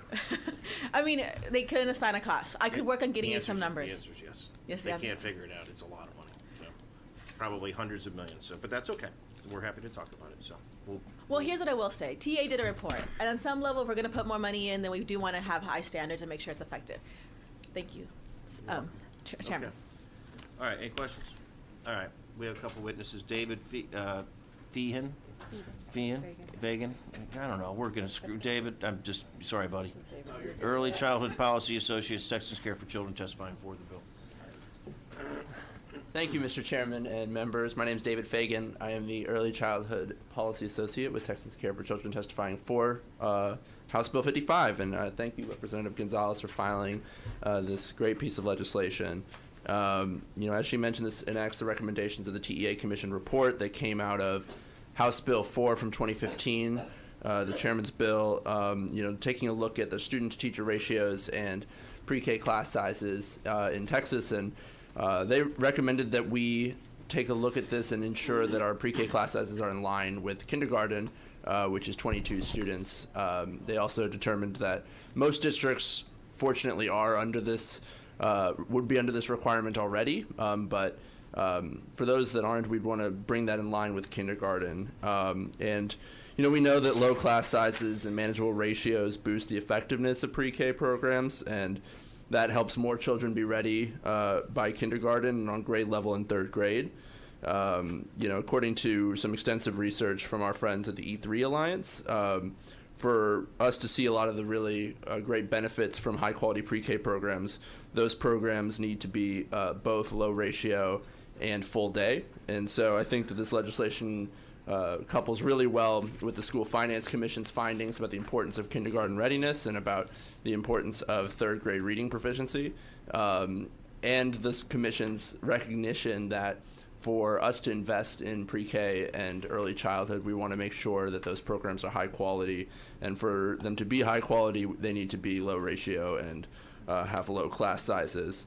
The other hard truth here is that while other states are enhancing their pre-K standards, we're falling behind. 86% of all states have already met the standard for class size limits of 20 or fewer, so this would be 22.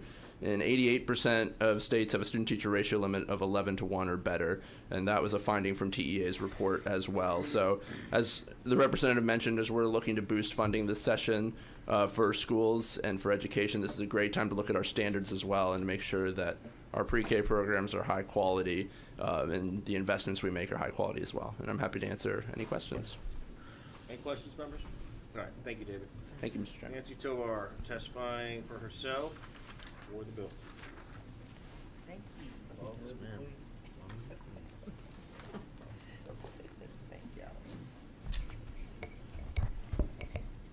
Thank you, Chairman Huberty and members of the committee. Imagine for a moment that this room... Name? Oh, I'm sorry, Nancy Tovar from El Paso. Imagine for a moment this room was filled with 36 4-year-olds. And imagine for a moment you're the lone adult responsible for those young Texans' safety, oral language development, cognitive development, and social development. And this is a reality for some of our teachers. With the passage of this bill, we will afford our 3- and 4-year-old pre-K students with the same benefits that our kinder through 4th grade students have with a 22:1 teacher-pupil ratio. So I urge you to vote in favor for this bill. Any questions? Do not have any. Thank you. Thank you. Okay, is there anybody else wish to testify on, for, or against House Bill 55? Do we have a TEA person here, by the way? Who from TEA knows anything about this? No? Anybody know anything about the amount of what the average class size is? Is it you, Terry, or somebody else, or who is it? About current class sizes? Mm-hmm. So currently... You're going to have to do the full thing. Are you registered? Are you on the... Yes. Okay, tell us who you are and... Absolutely. Yeah. My name is Jackie Porter. I'm with the Texas Education Agency. Hi, Jack. Hi. Tell us, do you know off the top of your head what LBB can't figure this cost out, but curious aside, what is the amount of classes that exceed this? Do we know by chance or no? We don't collect the data in that way, so that's why the LBB is having difficulty figuring that out. We know how many classes we have, but then you think about how many of them are half day versus how many of them are full day, so they have one teacher and maybe 36 students, but the ratio would be under. Then we have other classrooms that may have, and we have several classrooms across the state that already have teacher assistants, but we don't count those either. So figuring out not only how many students do we have total and what kind of classroom settings they're in currently is the difficulty because we don't collect the data in that way. And the way we fund it today, theoretically, would assume that school districts may be offering a full day program with more students in it. They'd have to break that up, and so Dallas is doing that. But the 42s, if they're funding it, they're already funding that, and they'd have to figure out how to pay the difference. I mean, so we just don't, we just don't know. Right. All right, thanks. Sure. Appreciate it. And no way to find out, right? Currently, we don't collect the data in that way. So I don't no, know. the answer's no. It's okay. Awesome. Thank you. All right. Go on, Representative Gonzalez, please. Thank you, Chairman. I did have a bill last session about trying to collect classroom size data, just saying. So thank you, Chairman, and I close. All right. But at this time, House Bill 55 will be left pending. And at this time, the chair lays out House Bill 120 and calls on Representative Gonzalez to explain her bill. So this is my most controversial bill, members, surprisingly, so be ready. Thank you, Chairman and committee. I'm here to lay out House Bill 120. Current law right now allows for recent immigrants, that means students who just recently immigrated here to the United States, a 1-year postponement from taking state-administered assessments or the option of taking their alternative assessment for a 1-year period. HB 120 would exempt public school students of limited English proficiency from certain state-administered administered assessment instruments, or allow them to take an alternative assessment for up to 2 years. The first year that a recent immigrant is in the U.S. is quite different from what they're used to. It's a culture shock, and they need time to adjust before any meaningful data can be acquired. According to Stanford, oral proficiency can take up to 3 to 5 years, and an academic English proficiency can take up to 4 to 7 years. How can we expect our students of limited English language proficiency, many of whom have fled their home countries to escape traumatic situations, to be held accountable for a language they have just been introduced to? Ultimately, what we're saying is if you just got here, you get a 2-year postponement before you have to take the test. I will say that people who have concerns about this bill, which are very real concerns, say, well, if we don't test them, we don't know how they're doing. What I say is, even if you test them, you don't know how they're doing because they don't speak the language anyways, and they haven't been exposed to standardized testing. They're not going to not have to take tests. They will have to take tests eventually, but for example, in my district, we had a lot of the kids who came from Latin America. In fact, we had 4,000 kids in tents for the last year. If you put them into a school system and expect them in a year and a half to be able, or for us to get any meaningful data from them in that year and a half, it's just not accurate information. So with that, I take questions. Questions? Representative King. I hear Representative Gonzalez exactly what you're saying, but how do you address high school if you get, say you got a small school and you get 20 10th graders that come in at one time and they don't have to take assessments? And the reason I'm asking is I had this happen in one of my small schools. We had 20 10th graders come in, and had they taken the assessment, number one, they would have wrecked accountability. Number two, we have no idea how old these kids really are because we don't have to tell, right? Don't ask, don't tell. And then the last thing that happened is they were guaranteed to drop out. So that also wrecks your accountability. So the question is, if you don't have to take this for 2 years and you got 10th graders and there's 20 kids, and this is for these small communities that particularly have... it can make a difference. Yeah. You know, if they have migrant type workers coming in and out, packing plants, all this kind of stuff, it can wreck a school district's accountability completely. If we don't have any assessment for 20 kids in a class of 50 is a huge population. So, you know, I get it if they come in third grade, but what happens in high school? That's my answer. Question. That's a great question. They still would have that's a great question. They still would have to pass their end of course exams. Like that, it doesn't take away the requirements for graduation, right? It just and I can hear that concern, and so I'm happy to work on the bill. I think that what we're trying to say is that the But how can we expect them to take an EOC when the teacher has no concept of where that child is anyway? I think that's a really great question. I hear you. I'm not arguing with you. I just want to know where this is going because, in my situation with my school, the way we got out of this is we got a TA waiver, basically to let those kids, and that's exactly what happened. They stayed 1 year, they all dropped out. Had that waiver not been in place, it would have impacted your accountability. And so, but if we're going to require the teachers to administer an EOC to let the child move on, they've got to be able to establish where the child is, or how can we expect them to take that? That's Right. I hear what you're saying. I hear you, but I don't know if the STAR tells them where they are, right? So this is just about the STAR test, right? So I'm not saying we don't assess kids where they are, and there's other ways that we assess recently immigrated kids. There's all these other tests where we test their language and we do that. I'm not saying we're not testing them. I'm saying for the STAR test, it impacts their accountability, and the fact of the matter is it's not really an accurate measure of that kid, because that kid may have never taken a standardized test, may not really, doesn't speak the language, and it's just not an accurate measure of really anything other than we made a kid sit and take a test so they don't understand. Okay. I can see where your bill's going from my perspective, and I can see where it actually would work. Particularly in the lower grades.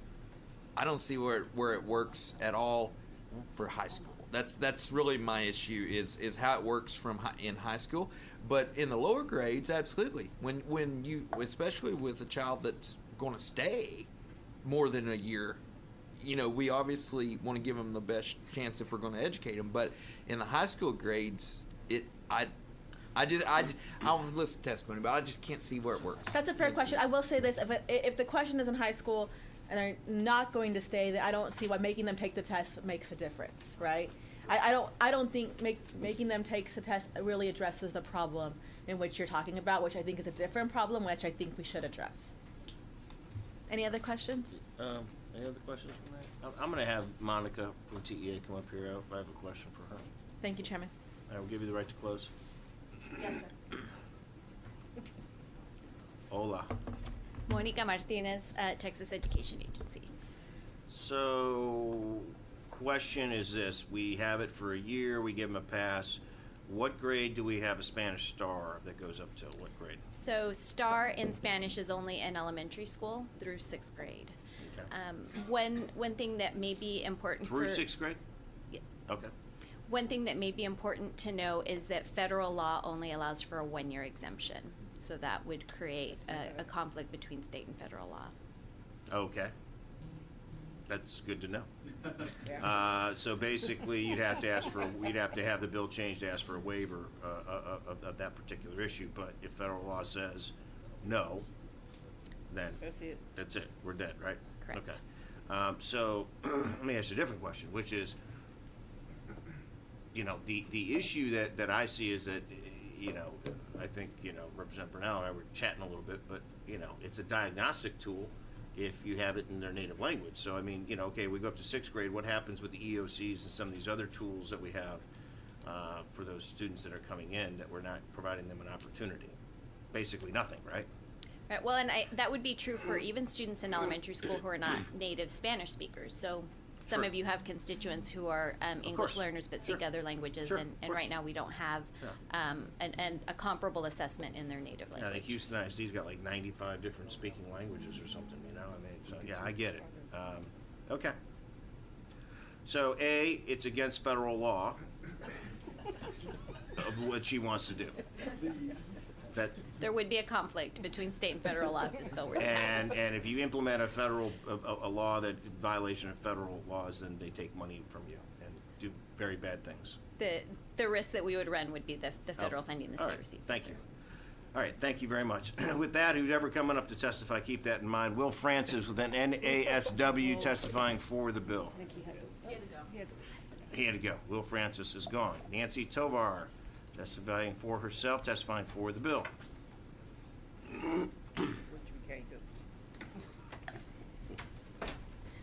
Hello again. When you come from El Paso this far, you're Sure. going to take advantage of the opportunity. So, Nancy Tovar from El Paso. I am in favor of this, but I guess it needs to be amended, maybe. I don't know.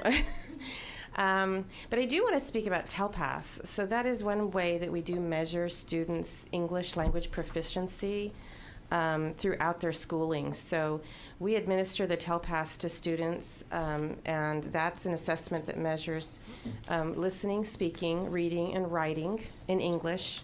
And students are rated by their teacher, but their teacher goes through an assessment training so that they are knowledgeable about standards for the assessment ratings. And students receive ratings from beginner, intermediate, advanced, and advanced high. Once students achieve advanced high, then the understanding or the expectation of the student is proficient in English. So that is information that comes all students as long as they have the limited English proficiency code on them. I'm in favor of this legislation just because I think that we know scientifically that language acquisition is not a one-year deal. We know second language acquisition is anywhere from 3 to 5 years. And the oral proficiency is at 3 years, around 3 years, going up to 5 years for academic language. And it's a linguistic journey for our students. We have many, many, many students in the state of Texas that are new to Texas, new to the U.S., and they really struggle with our standardized testing. Thank you. I'll take questions. Any questions? All right. Thank you, Nancy. Thank you. Jesse Romero, Texas Association for Bilingual Education, testifying for the bill.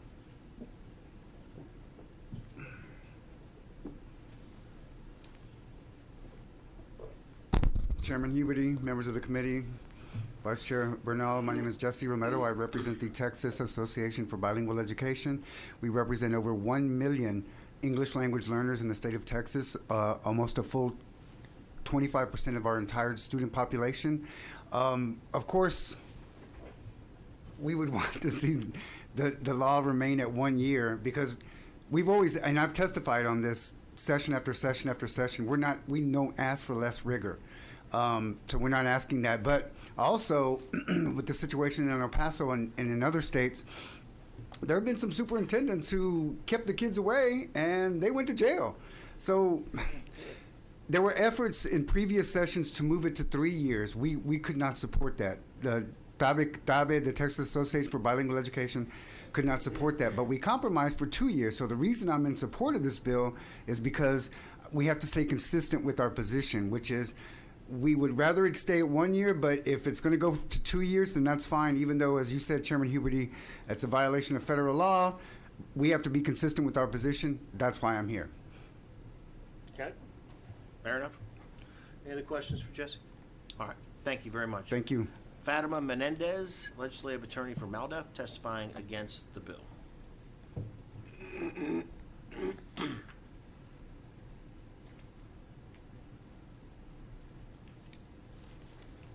Chairman Huberty, Vice Chair Bernal, and members of the committee, my name is Fatima Menendez with MALDEF.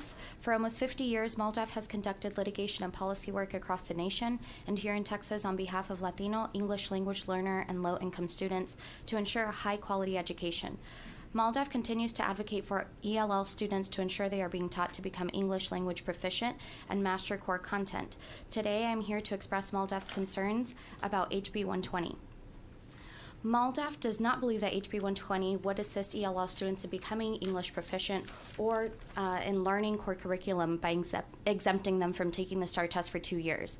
In the 2016-2017 school year, nearly 20% of the state student population consisted of ELL students. By giving campuses and school districts a free pass for measuring this large demographics performance on the STAR test for 2 years, we worry that when ELL students' tests do not count for 2 years and the scores of other students do, that ELL students simply will not matter as much as others. I would also like to remind the committee that the Texas ELL Progress Measure was created specifically for ELL students and is currently used for accountability. It takes into account English language proficiency and allows for campuses and districts to receive credit for ELL students who have made progress until they reach the approaches grade level performance standard on the STAR. If there are issues with this progress measure, perhaps that is the issue that we should be concerned about. Along with the concerns that have already been expressed by the committee, I would like to thank you for your time. Thank you very much. Appreciate it. Any questions? Okay. Is there anybody else here who wishes to testify on, for, or against House Bill 120? If not, we'll call on Representative González to close on her final bill of the day. Thank you, Chairman, and committee, for all of your time. Obviously, if we continue to move this bill forward, there'll be a committee sub asking for a waiver, and if we get the waiver, then we'll move the bill forward. And thank you all. Any questions? All right, great. Thank you. All right, this time we will leave House Bill 120 pending. Members, is there any questions or comments before we close? If not, Committee on Public Education will adjourn, subject to call of the chair.